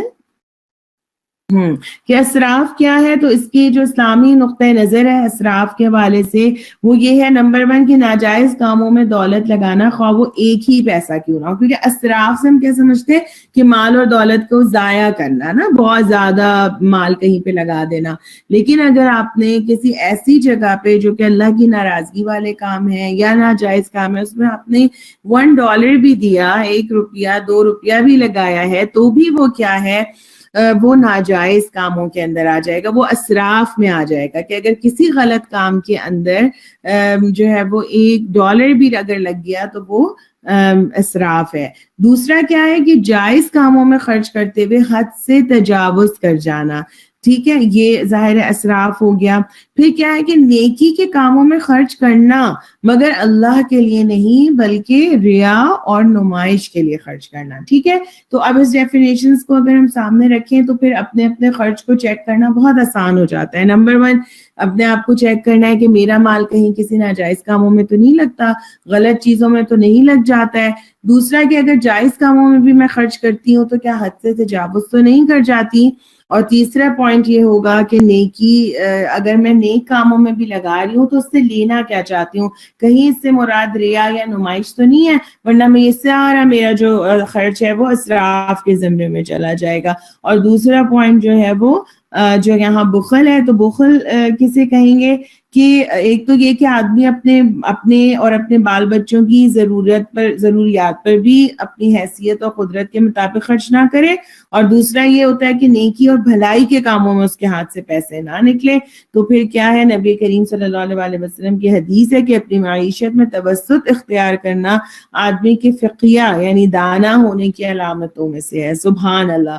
اور اس کے لیے مجھے لگتا ہے کہ وہی جو ہم نے پیچھے حضرت عثمان رضی اللہ عنہ کی اگزامپل دیکھی تھی، اسی کو ذہن میں رکھیں کہ جب 2 چراغ اپنے لیے جل رہے ہیں تو وہ ناراض ہو رہے ہیں، لیکن جب کوئی مانگنے آیا تو پھر کیا کیا، اشرفیوں کا تھیلا اٹھا کے دے دیا. تو جیسے جیسے ہمارے حالات بڑھتے ہیں، ایمان حالات اچھے ہوتے ہیں، مال آ رہا ہے، تو پھر کیا ہونا چاہیے، اپنے دینے کا سٹینڈرڈ ہمیں بڑھانا چاہیے. اور اللہ سبحانہ تعالیٰ نے یہاں بتا دیا کہ اصل میں جو عباد الرحمان ہیں ان کا خرچ اسراف اور بخل کی بیچ میں ہوتا ہے، درمیانی حالت میں ہوتا ہے، اعتدال میں ہوتا ہے.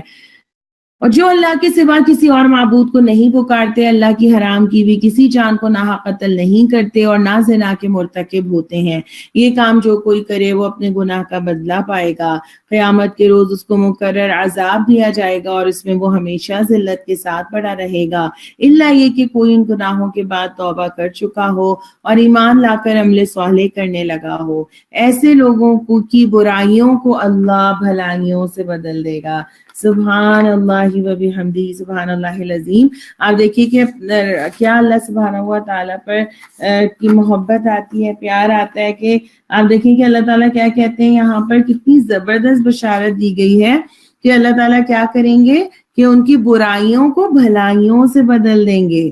یعنی کہ جب انسان توبہ کر لے تو گفر کی زندگی میں جو بھی اس نے غلط کام کیے تھے یا وہ پہلے کیا کرتا تھا، اور پھر اب جو اللہ تعالیٰ کی اطاعت میں آ کے ایمان لانے کے بعد وہ نیک افعال کرنے لگا، تو تمام برائیوں کی جگہ جو ہے وہ بھلائیاں لے لیں گی، ہے نا. پھر دوسری کیا ہوتا ہے کہ توبہ کے نتیجے میں صرف اتنا ہی نہیں ہوگا کہ اس کے نامہ اعمال سے وہ قصور کاٹ دیے جائیں گے جو اس نے کفر اور گناہ کی زندگی میں کیے تھے، بلکہ اس کے نامہ اعمال میں ہر اس جگہ ایک نیکی لکھ دی جائے گی. جی، اور اس میں یہی ہے کہ وہ استغفار کرے گا تو کتنا وہ ہے نا. دیکھیں کہ اگر ہم پلٹ کر آتے ہیں، یعنی ایک وہ شخص ہے جو دین پر ہی نہیں تو وہ پلٹ کر آتا ہے، تو اللہ تعالیٰ اس کو کیا امیدیں دلا رہے ہیں کہ ایسے لوگوں کی برائیوں کو اللہ بھلائیوں سے بدل دیں گے نا.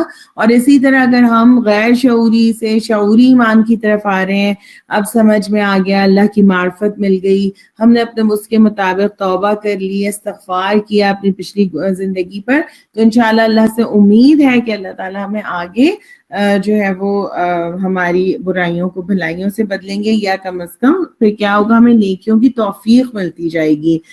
اور اللہ سبحانہ و تعالیٰ سے دعا ہے کہ اللہ تعالیٰ اس کو قبول بھی فرمائے، تو ہمیں توفیق عطا فرمائے کہ ہم نیکیوں کے راستے پہ چل سکیں، اور جو بھی ہماری ٹوٹی پھوٹی کوششیں ہیں، محنتیں ہیں، اللہ تعالیٰ اس کو اپنی بارگاہ میں قبول کر لیں اور اس کا ہمیں بڑا چڑھا کر اجر دیں. آمین. جو شخص توبہ کر کے نیک عملی اختیار کرتا ہے وہ تو اللہ کی طرف پلٹ آتا ہے جیسا کہ پلٹنے کا حق ہے. اور آپ کو پتہ ہے کہ اللہ تعالیٰ اپنی بندے کی توبہ کے انتظار میں رہتے ہیں کہ کب میرا بندہ پلٹ کر آئے اور میں اس کے گناہوں کو معاف کروں. اور انسان کی فطرت بھی یہی ہوتی ہے کہ وہ بہرحال اچھائی کی طرف ہی پلٹتا ہے. اور اللہ تعالیٰ جسے کہتے ہیں کہ اللہ نے اپنے دروازے کھلے رکھے ہیں اپنے بندے کے لیے کہ کسی بھی وقت وہ اگر زندگی ختم ہونے سے پہلے توبہ کر کے نیک عملی اختیار کرے گا تو اللہ تعالیٰ کی طرف پلٹ آتا ہے جیسا کہ پلٹنے کا حق ہے. اور رحمان کے بندے وہ ہیں جو جھوٹ کے گواہ نہیں بنتے، اور کسی لغو چیز پر ان کا گزر ہو جائے تو شریف آدمیوں کی طرح گزر جاتے ہیں، جنہیں اگر ان کے رب کی آیات سنائی جاتی ہیں تو رب کی آیات سنا کر جنہیں اگر ان کے رب کی آیات سنا کر نصیحت کی جاتی ہے تو وہ اس پر اندھے اور بہرے بن کر نہیں رہ جاتے. جی، یہاں پر ایک اور عباد الرحمان کی کوالٹی کیا نظر آ رہی ہے کہ وہ جھوٹ کے گواہ نہیں بنتے، ہے نا. یعنی وہ کسی بھی جھوٹ کا حصہ نہیں بنتے. اس کے ساتھ ساتھ وہ جو ہے کوئی ایسا کام نہیں کرتے، یعنی اس میں دیکھیے کہ گواہی کوئی جھوٹی گواہی نہیں دیتے، رائٹ. کسی ایسی جھوٹ کی جو محفلیں ہوتی ہیں اس میں آتے نہیں ہیں، جیسے جو ابن عباس زور، یہاں پہ جو ورڈ لا یشہدون زورا ہوا ہے نا، تو جو زور سے مراد ابن عباس لیتے ہیں کافر اور مشرکین کی عیدیں، اور جو مجاہد اس سے کہتے ہیں گانے کی محفلیں، ظہری شراب کی محفلیں اس سے مراد لیتے ہیں، یعنی ہر طرح کی بیکار جو مجلس ہیں اس سے زور اس سے مراد لیا گیا ہے. تو جو عباد الرحمان ہیں وہ ایسی کسی چیز کا پارٹ نہیں بنتے، اور اگر وہ کہیں کسی غلط چیز کے پاس سے گزر رہے ہیں یا ان کا گزر ہو جائے یا وہ کسی جگہ موجود تھے اور وہاں پہ کچھ ایسا غلط ہونے لگتا ہے تو پھر وہ کیا ہوتا ہے کہ وہ وہاں سے شریف آدمیوں کی طرح گزر جاتے ہیں، یعنی ان کے اوپر دھیان نہیں دیتے. اور دوسری بات کیا ہے کہ اگر ان کو نصیحت کی جا رہی ہوتی ہے ان کی رب کی آیات سنا کر تو وہ اس پر اندھے گونگے بہرے نہیں بنتے بلکہ اس سے اپنے عمل لیتے ہیں. اور پھر عباد الرحمان کی بہت خوبصورت دعا کہ والذین یقولون ربنا هب لنا من ازواجنا وذریاتنا قرۃ اعین واجعلنا للمتقین اماما. اور جو دعائیں مانگا کرتے ہیں کہ اے ہمارے رب ہمیں اپنی بیویوں اور اپنی اولاد سے آنکھوں کی ٹھنڈک دے اور ہم کو پرہیزگاروں کا امام بنا. سبحان اللہ. یہاں پہ بھی کیا بات ہے کہ جو عباد الرحمان ہے پھر ان کی دعائیں کیا ہوتی ہیں کہ وہ خود ہی اس پر نہیں رہتے بلکہ ساتھ میں ان کی فکر ہوتی ہے. پہلے اپنی اصلاح کی فکر کرتے ہیں، پھر گھر والوں کی فکر کرتے ہیں، اور پھر اس میں یہ دعائیں مانگتے ہیں کہ اللہ تعالیٰ ان کی شوہر اور بچوں کو ان کی آنکھوں کی ٹھنڈک بنا دے. اور اس کے لیے کیا کرنا ہوگا، اور آنکھوں کی ٹھنڈک کیا ہوتی ہے کہ ان کو دیکھ کے سکون ملے، ان کو دیکھ کر محبت آئے، اور ان کے گھر والے کیا ہوں ان کے ساتھی بن جائیں، ان کے مشن میں ان کے ساتھی بن جائیں نا. اور پھر وہ ایسے کام کریں جو اللہ کو راضی کرنے والے کام ہوں، اور یہاں پر آپ دیکھیے کہ عباد الرحمان کی جو انٹیلیجنس ہے وہ کیا دیکھیے، وہ ذریاتینا کی بات کرتے ہیں. وہ صرف اپنی امیڈیٹ بچوں کی بات نہیں کر رہے بلکہ وہ اپنی ذریت کی بات کر رہے ہیں، اپنی نسلوں کی بات کر رہے ہیں کہ ان کو آنکھوں کی ٹھنڈک بنا دے. اور پھر آپ دیکھیے کہ کیسے ہوگا یہ ازواج اور جو بچے ہیں وہ آنکھوں کی ٹھنڈک کب بنتے ہیں، ذریت آنکھوں کی ٹھنڈک کب بنے گی، جب ہم اپنی نمازوں کو آنکھوں کی ٹھنڈک بنائیں گے، جب اللہ سے محبت کریں گے نا، جب ہمارا عمل ایسا ہوگا، جب ہم عباد الرحمان بننے کی کوشش کریں گے تو یقیناً اللہ تعالیٰ ہماری اس کام کو آسان کریں گے. اور خاص کر آپ دیکھیں کہ وہ لوگ جو کہ اللہ کے نبی کے مشن کو لے کے چلنے والے ہیں، ان کے لیے تو یہ دعائیں بہت بہت زیادہ ہونی چاہیے، کیونکہ گھر کا سکون ہوتا ہے تو پھر کیا ہوتا ہے، انسان کام بہت اچھے سے مناسب طریقے سے کر سکتا ہے نا. تو اس لیے ان دعاؤں کو اپنی دعاؤں کا حصہ بنائیے، اس کو ضرور ہائی لائٹ کیجیے. اگر یاد ہے تو بہت اچھی بات ہے، یاد نہیں ہے تو اس کو یاد کر کے اپنی نمازوں کا حصہ بنائیے، جہاں پر آپ تشہد میں بیٹھتے ہیں اور ربنا آتینا فی الدنیا پڑھتے ہیں تو اس کے بعد وہاں پر آپ ان دعاؤں کو پڑھ سکتے ہیں، اللہ تعالیٰ سے مانگ سکتے ہیں. اور پھر اس میں کیا کہتے ہیں کہ پرہیزگاروں کا ان کو امام بنا دے، یعنی ان کو ایسی یعنی کہ ذریت دے، ایسے ہمیں اولاد دے اور نیک لوگ ہماری نسلوں کے اندر آئے نا، کہ یعنی کہ جن کے کہ ہم پیشوا بن جائیں، کہ وہ ہماری یعنی کہ جو میری ذریت ہو، جو میرے بعد آنے والے ہوں، وہ نیکی اور اطاعت میں ہم سے بھی آگے نکل جائیں، وہ بھلائی اور نیکی میں سب سے آگے نکل جائیں. نہیں، تو اسی چیز کو یہاں پر بتایا گیا. پھر کیا ہے، پھر عباد الرحمان آگے دیکھتے ہیں کہ اللہ تعالیٰ بتاتے ہیں کہ یہ تو ان کی ہے کوالٹیز، اب ان کا ریوارڈ کیا ہے. اولئک یجزون الغرفۃ بما صبروا ویلقون فیہا تحیۃ وسلاما. یہ ہے وہ لوگ جو اپنے صبر کا پھل منزل بلند کی شکل میں پائیں گے، آداب و تسلیمات سے ان کا استقبال ہوگا، وہ وہاں ہمیشہ ہمیشہ رہیں گے. کیا ہی اچھا ہے وہ مستقر اور وہ مقام. جی. اور اے نبی صلی اللہ علیہ وسلم، لوگوں سے کہو کہ میرے رب کو تمہاری کیا حاجت پڑی ہے، اگر تم اس کو نہ پکارو، اب کہ تم نے جھٹلا دیا ہے، ان قریب وہ سزا پاؤ گے کہ جان چھڑانی محال ہوگی.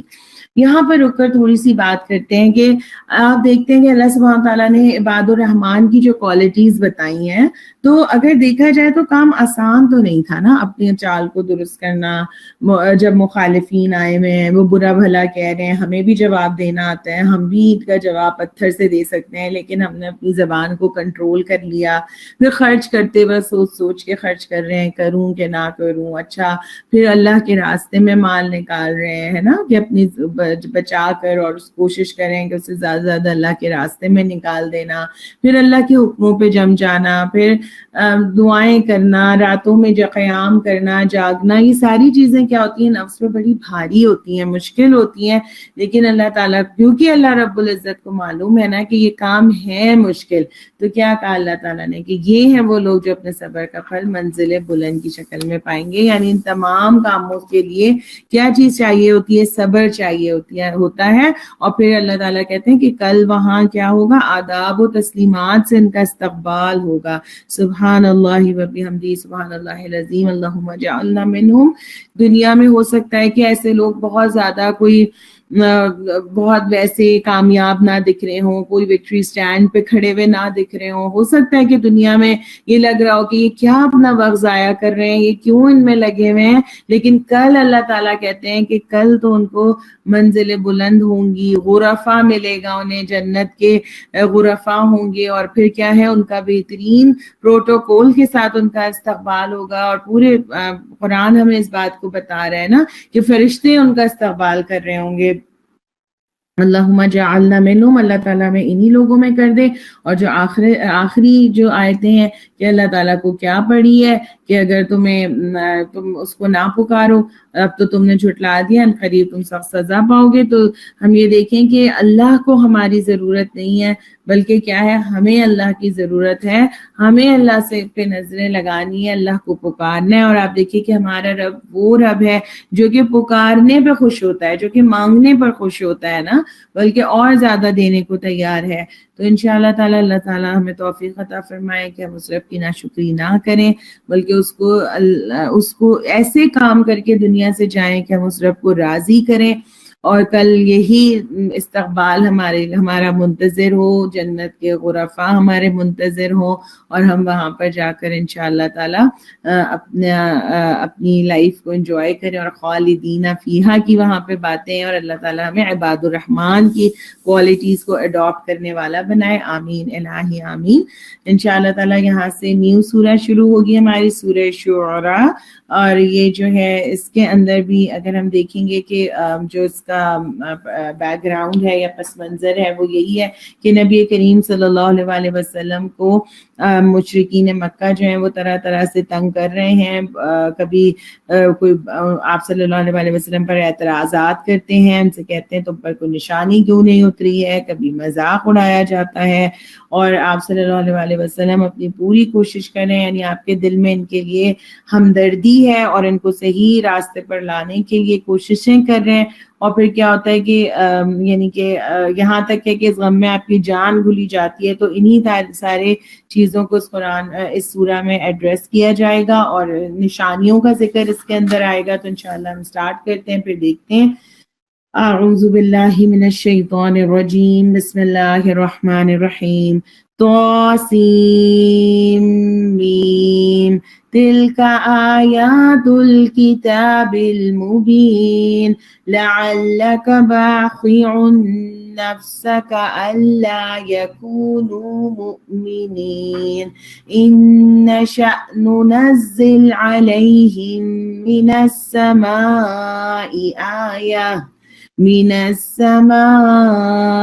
آية فظلت أعناقهم لها خاضعين۔ تو سین میم حروف مقطعات ہیں، اور جس کے معنی اللہ ہی کو معلوم ہے، اس لیے ہم اس کو اسی طرح ہی رکھیں گے۔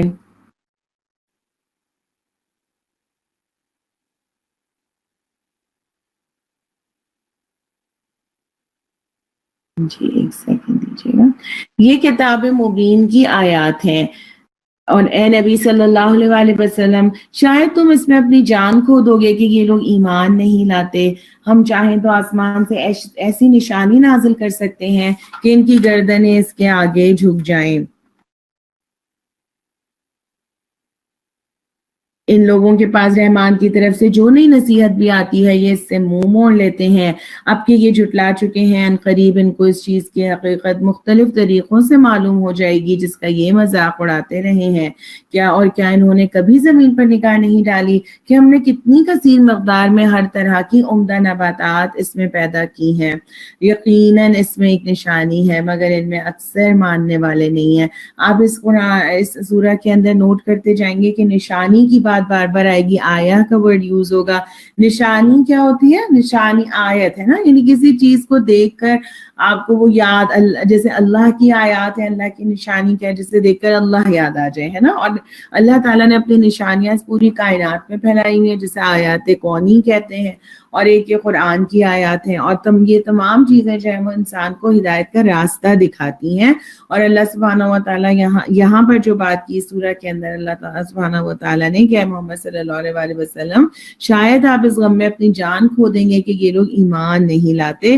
تو دیکھیے کہ پھر میں اور آپ اپنی فکر کریں، ہم دیکھیں کہ ہماری فکرات کیا ہیں، ہمارے دلوں میں کون سے روگ لگے ہوئے ہیں۔ آپ صلی اللہ علیہ وسلم کا کیریکٹر کیا ہے کہ آپ کو فکر لگی ہے کہ یہ لوگ ایمان نہیں لاتے، اس میں گھل رہے ہیں، اور اللہ تعالیٰ بار بار اس چیز کو قرآن مجید میں مینشن کرتے ہیں۔ تو مجھے اور آپ کو بھی دیکھنا ہے کہ میری فکرات کیا ہیں، کیا میرے فکرات بدل رہی ہیں، چینج آ رہا ہے، کیا مجھے فکر لگ رہی ہے۔ اور یہ بات اگر ہم سمجھیں کہ جب ہم دوسروں کی ہدایت کی فکر کرتے ہیں تو اپنی ہدایت کی فکر خود بخود بڑھ جاتی ہے، یہ ڈائریکٹلی پروپورشن ہے۔ اگر ہمارا دل دکھتا ہے دیکھ کر کہ اچھا جو میری نیبر میں ایک نان مسلم ہے، نان بلیور ہے، تو کیا وہ دنیا سے ایسے ہی چلا جائے گا، کیا وہ ضائع ہو جائے گا؟ تو اور اس کو دیکھ کر میرے دل میں کوئی کسک اٹھتی ہے، کوئی ایک تکلیف اٹھتی ہے کہ اور میں اس میں کیا کروں، کیسے اس تک پیغام پہنچاؤں، میسج پہنچاؤں، کیسے انسانیت کو ضائع ہونے سے بچاؤں۔ تو پھر یہی ہے کہ جب یہ جو ہے وہ دل میں اٹھے گی تو انشاءاللہ انشاءاللہ اس کی وجہ سے اللہ تعالیٰ ہماری بھی ہدایت کی فکر بڑھا دیں گے. پھر یہاں پہ جو اللہ تعالیٰ اپنی کائنات میں سے کچھ نشانیاں بتا رہے ہیں کہ کس طرح سے کہ زمین میں جو ہے وہ اللہ تعالیٰ کی نشانیاں پھیلی ہوئی ہیں، کیسے اللہ تعالیٰ پہلے کیا کرتا ہے کہ سب کچھ ختم ہو جاتا ہے اور پھر کس طرح سے زمین دوبارہ نکل آتی ہے اور کثیر مقدار میں ہر طرح کی عمدہ نباتات اس میں پیدا کی جاتی ہیں. تو یہ زمین کو اگر ہم دیکھیں تو زمین بھی کیا ہے، ہمارا دل جو ہے وہ بھی زمین کی طرح ہے نا. اور ابھی اس میں وحی الہی کا پانی پڑ رہا ہے، روز ہم دورہ قرآن سن رہے ہیں، تو ہم دیکھیں کہ ہمارے دلوں سے کیا پیدا ہوگا، اس زمین سے کیا نکلے گا، اس پہ بھی ہم نے غور کرنا ہے. اور حقیقت یہ ہے کہ تیرا رب زبردست بھی ہے اور رحیم بھی. انہیں اس وقت کا قصہ سناؤ جبکہ تمہارے رب نے موسیٰ علیہ السلام کو پکارا، ظالم قوم کے پاس جا، فرعون کی قوم کے پاس، کیا وہ نہیں ڈرتے؟ اس نے عرض کیا، اے میرے رب، مجھے خوف ہے کہ وہ مجھ کو جھٹلا دیں گے، میرا سینہ گھٹتا ہے اور میری زبان نہیں چلتی. آپ ہارون کی طرف رسالت بھیجیں، اور مجھ پر ان کے ہاں ایک جرم کا الزام بھی ہے، اس لیے میں ڈرتا ہوں کہ وہ مجھے قتل کر دیں گے. فرمایا، ہرگز نہیں، تم دونوں جاؤ ہماری نشانیاں لے کر، ہم تمہارے ساتھ سب کچھ سنتے رہیں گے. فرعون کے پاس جاؤ اور اس سے کہو کہ ہم کو رب العالمین نے اس لیے بھیجا ہے کہ تو بنی اسرائیل کو ہمارے ساتھ جانے دے. فرعون نے کہا، کیا ہم نے تجھ کو اپنے ہاں بچہ سا نہیں پالا تھا؟ تو نے اپنی عمر کے کئی سال ہمارے ہاں گزارے. دیکھیں تانا دے رہا ہے، ہم نے تمہیں پالا تھا. وَفَعَلْتَ فَعَلَتَكَ الَّتِي فَعَلْتَ وَأَنْتَ مِنَ الْكَافِرِينَ، اور اس کے بعد کر گیا جو کچھ کر گیا، تو بڑا احسان فراموش آدمی ہے. موسیٰ نے جواب دیا کہ اس وقت وہ کام میں نے نادانستگی میں کر دیا تھا، پھر میں تمہارے خوف سے بھاگ گیا. اس کے بعد میرے رب نے مجھ کو حکم عطا کیا اور مجھے رسولوں میں شامل فرما لیا. رہا تیرا احسان جو تو نے مجھ پر جتایا ہے، تو اس کی حقیقت یہ ہے کہ تو نے بنی اسرائیل کو غلام بنا لیا تھا. فرعون نے کہا، اور یہ رب العالمین کیا ہوتا ہے؟ موسیٰ نے جواب دیا، آسمان و زمین کا رب اور ان سب چیزوں کا رب جو آسمان و زمین کے درمیان ہے، اگر تم یقین لانے والے ہو. نوٹ ڈاؤن کیجئے کہ موسیٰ علیہ السلام نے کتنا جامع جواب دیا ہے نا، کہ وہ آگے سے بحث کر رہا ہے، بیکار کی چیزیں لے کر آ رہے ہیں، اور موسیٰ علیہ السلام کتنا پیارا تعارف کرا رہے ہیں کہ آسمان و زمین کا رب ہے رب العالمین، اور ان تمام چیزوں کا جو اس کے درمیان ہے. قال لمن حوله الا تستمعون، فرعون نے اپنے گرد و پیش کے لوگوں سے کہا، سنتے ہو؟ موسیٰ نے کہا، تمہارا رب بھی اور تمہارے ان آباء و اجداد کا رب بھی جو گزر چکے ہیں.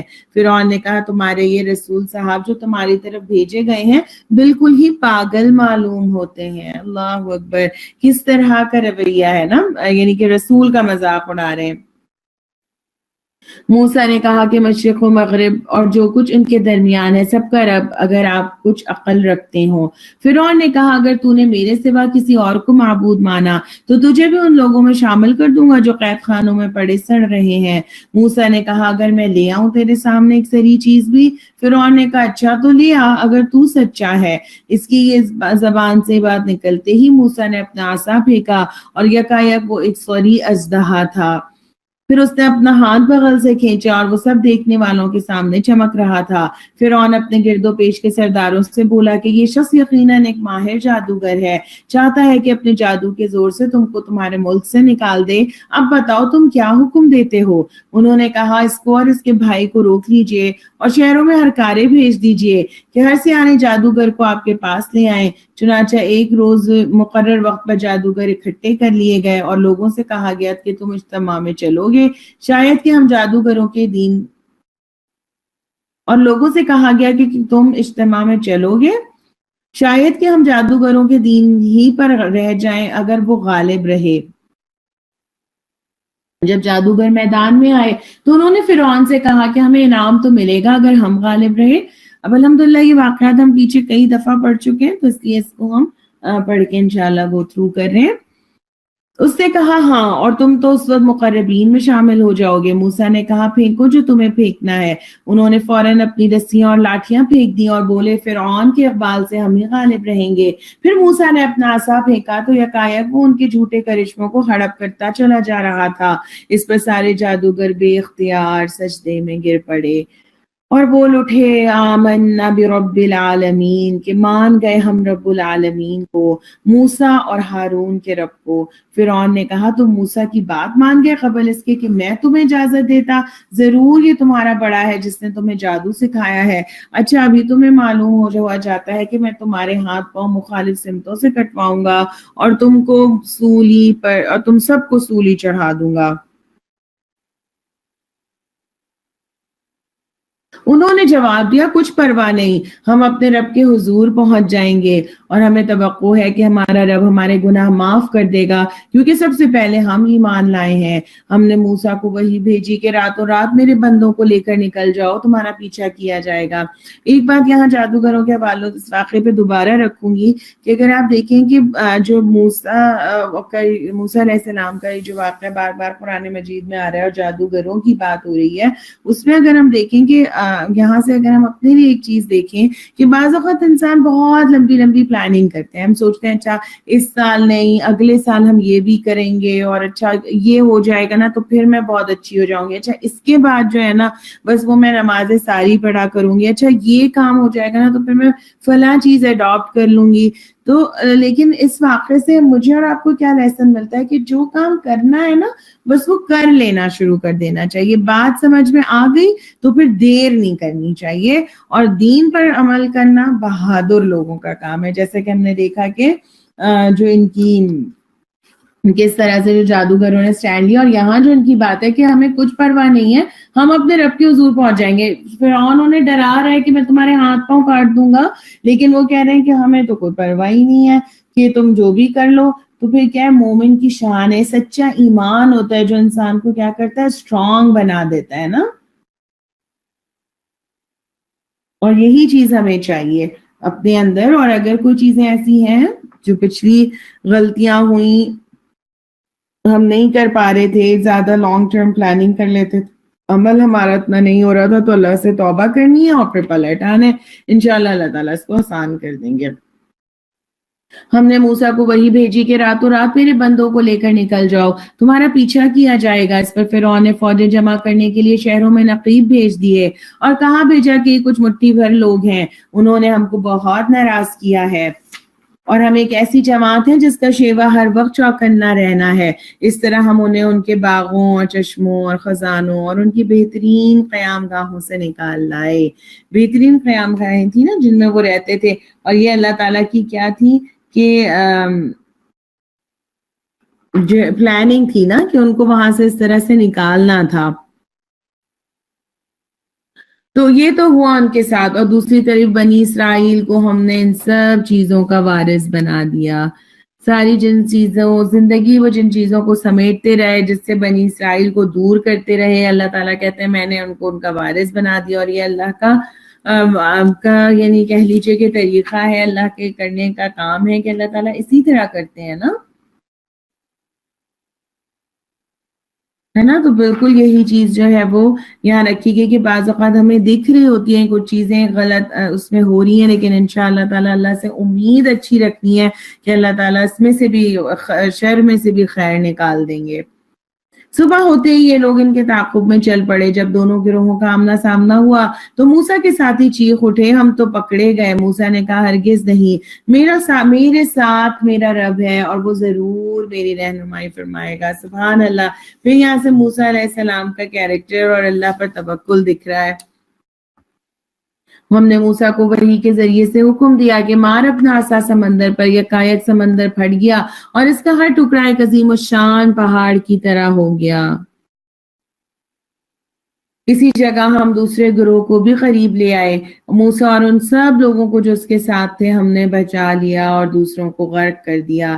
اس واقعے میں ایک نشانی ہے مگر ان لوگوں میں سے اکثر لوگ مانتے نہیں ہیں۔ اب دیکھیے پھر ہر واقعے کے بعد اللہ سبحانہ تعالیٰ کہیں گے کہ اس میں ایک نشانی ہے اور اکثر لوگ ماننے والے نہیں ہیں، اور حقیقت یہ ہے کہ تیرا رب زبردست بھی ہے اور رحیم بھی ہے. یعنی کیا یہاں سے سمجھ میں آتا ہے کہ جو قومیں گستاخ ہوتی ہیں اللہ تعالیٰ ان کو کیا کرتے ہیں دنیا ہی میں نشان عبرت بنا دیتے ہیں. اور یہ والی جو بات ہے کہ اللہ تعالیٰ تیرا رب زبردست بھی اور رحیم بھی ہے، تو رحیم ایمان لانے والوں پر ہے. جیسے ہم نے دیکھا کہ ہر دور میں کیا ہوا کہ اللہ تعالیٰ نے ایمان لانے والوں کو بچا لیا. جو لوگ ایمان لے کر آئے تھے ان کو کیا کیا کہ جو ہے وہ بچا لیا، اور باقی لوگوں کو جو ہے وہ نشان عبرت بنا دیا گیا.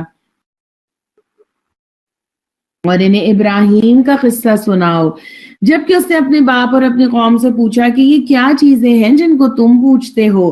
انہوں نے جواب دیا کچھ بت ہیں جن کی ہم پوجا کرتے ہیں اور انہی کی سیوا میں ہم لگے رہتے ہیں. اس سے پوچھا کہ کیا یہ تمہاری سنتے ہیں جب تم انہیں پکارتے ہو. اب دیکھیں ابراہیم علیہ السلام کیسے وہ ان کی سوچ کو بیدار کر رہے ہیں. یا یہ تمہیں کچھ نفع یا نقصان پہنچاتے ہیں. انہوں نے جواب دیا نہیں، بلکہ ہم نے اپنے باپ دادا کو ایسا ہی کرتے پایا ہے. اس پر ابراہیم نے کہا کبھی تم نے آنکھیں کھول کر ان چیزوں کو بھی دیکھا ہے جن کی تم بندگی کرتے تھے؟ تم اور تمہارے پچھلے باپ دادا بجا لاتے رہے ہیں. میرے تو یہ سب دشمن ہیں بجز ایک رب العالمین کے جس نے مجھے پیدا کیا، پھر وہی میری رہنمائی فرماتا ہے. دیکھیے کتنا خوبصورت تعارف ابراہیم علیہ السلام اللہ سبحانہ و تعالیٰ کا رکھتے ہیں کہ الذی خلقنی فہو یہدین، جس نے مجھے پیدا کیا پھر وہی میری رہنمائی فرماتا ہے. جو مجھے کھلاتا اور پلاتا ہے، اور جب میں بیمار ہو جاتا ہوں تو وہی مجھے شفا دیتا ہے. اور جو مجھے موت دے گا اور پھر دوبارہ مجھ کو زندگی بخشے گا، اور جس سے امید رکھتا ہوں کہ روز جزا میں وہ میری خطا معاف فرما دے گا. اس کے بعد ابراہیم علیہ السلام نے دعا کی رب ہب لی حکما والحقنی بالصالحین، کہ اے میرے رب مجھے حکم عطا کر اور مجھ کو صالحوں کے ساتھ ملا.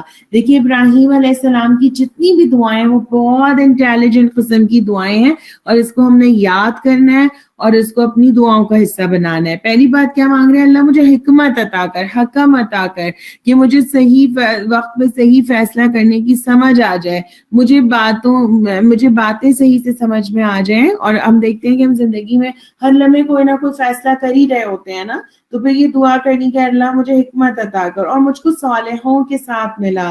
دیکھیے کیا بات کر رہے ہیں ابراہیم علیہ السلام، یہ کمپنی کی بات ہے. پیچھے سورہ فرقان میں کیا پڑھ کر آئے کہ اس دن کی حسرتیں ہیں کہ کاش میں نے فلاں کو دوست نہ بنایا ہوتا.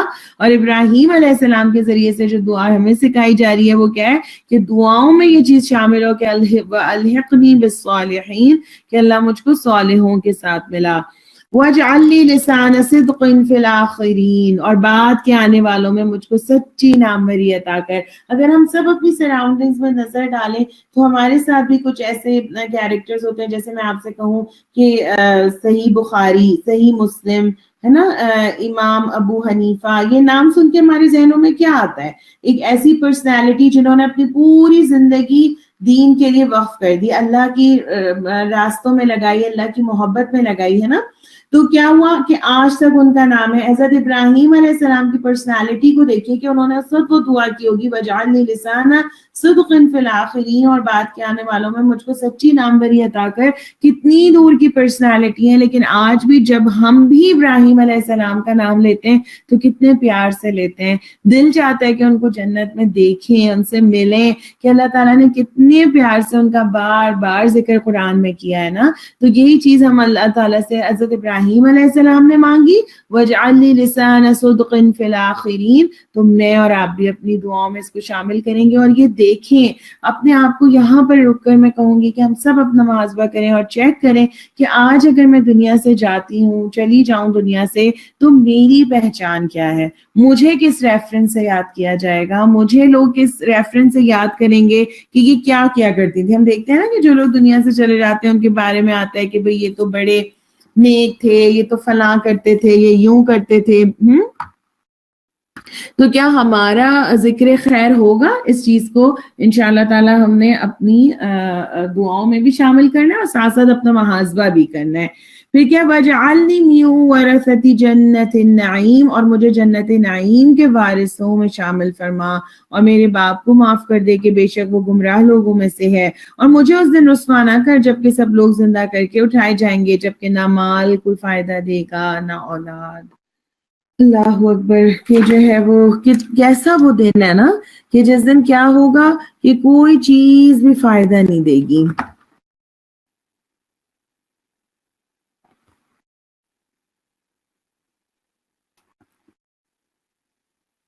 بجز اس کے کہ کوئی شخص قلب سلیم لیے ہوئے اللہ کے حضور حاضر ہو. یہاں پہ قلب سلیم کی بات آ گئی ہے. کیا ہے ایسا دل جو کہ کیا ایسا دل جو کفر، شرک، نافرمانی، فسق اور فجور سے پاک ہو، ہے نا. اور اب یہاں پہ کیا بتایا گیا کہ مال اولاد بھی فائدہ نہیں دے گی. فائدہ کیا چیز دے گی کہ جو ہے جو کہ ایسا دل قلب سلیم فائدہ دے گا. ایسا دل جو اللہ کی محبت میں شدید ہے، جو اللہ کے خوف میں شدید ہے، جو اللہ کی اطاعت میں شدید ہے. ایسا دل ہے جو فکر کو کفر، شرک، نافرمانی سب سے پاک ہے نا. اگر ایسے دل کے ساتھ انسان کی مال اور اولاد ہوگی تو پھر وہ اس کو فائدہ بالکل دے گی. یعنی اگر اللہ کی محبت، اللہ کا خوف، اللہ کی اطاعت کے ساتھ زندگی گزری تو پھر تو یہ اللہ کی بہت بڑی نعمتیں ہیں نا کہ یہ مال اور اولاد جو کہ اللہ نے دی ہے. تو اللہ سبحانہ تعالیٰ کہتے ہیں کہ کوئی اس فائدہ نہ دے گا، نہ مال کوئی فائدہ دے گا، نہ اولاد، بجز اس کے کہ کوئی شخص قلب سلیم لیے ہوئے اللہ کے حضور حاضر ہو. یعنی وہ اچھا دل لے کر آئے گا تو اس کے ساتھ پھر کیا ہے، اس کا مال اس کے لیے صدقہ جاریہ بن جائے گا، اس کی اولاد اس کے لیے صدقہ جاریہ بن جائے گی. اس روز جنت پرہیزگاروں کے قریب لے آئی جائے گی. سبحان اللہ. جنت کو جو ہوگا وہ پرہیزگاروں کے قریب لائی جائے گی، ان کو دکھایا جائے گا، اور دوزخ بہکے ہوئے لوگوں کے سامنے کھول دی جائے گی. اور ان سے پوچھا جائے گا کہ اب کہاں ہیں وہ جن کی تم خدا کو چھوڑ کر عبادت کرتے تھے؟ کیا وہ تمہاری کچھ مدد کر رہے ہیں یا خود اپنا بچاؤ کر سکتے ہیں؟ پھر وہ معبود اور بہکے ہوئے لوگ اور ابلیس کے لشکر بھی سب کے سب اوپر نیچے دھکیل دیے جائیں گے. وہاں یہ سب آپس میں جھگڑیں گے اور یہ بہکے ہوئے لوگ اپنے معبودوں سے کہیں گے کہ خدا کی قسم ہم تو سری گمراہی میں مبتلا تھے جبکہ ہم تم کو رب العالمین کی برابری کا درجہ دے رہے تھے. اور وہ مجرم لوگ ہی تھے جنہوں نے ہم کو اس گمراہی میں ڈالا. اب نہ ہمارا کوئی سفارشی ہے اور نہ کوئی جگری دوست. کاش ہمیں ایک دفعہ پھر پلٹنے کا موقع مل جائے تو ہم مومن ہوں. یقیناً اس میں ایک بڑی نشانی ہے مگر ان میں سے اکثر لوگ ایمان لانے والے نہیں. اور حقیقت یہ ہے کہ تیرا رب زبردست بھی ہے اور رحیم بھی.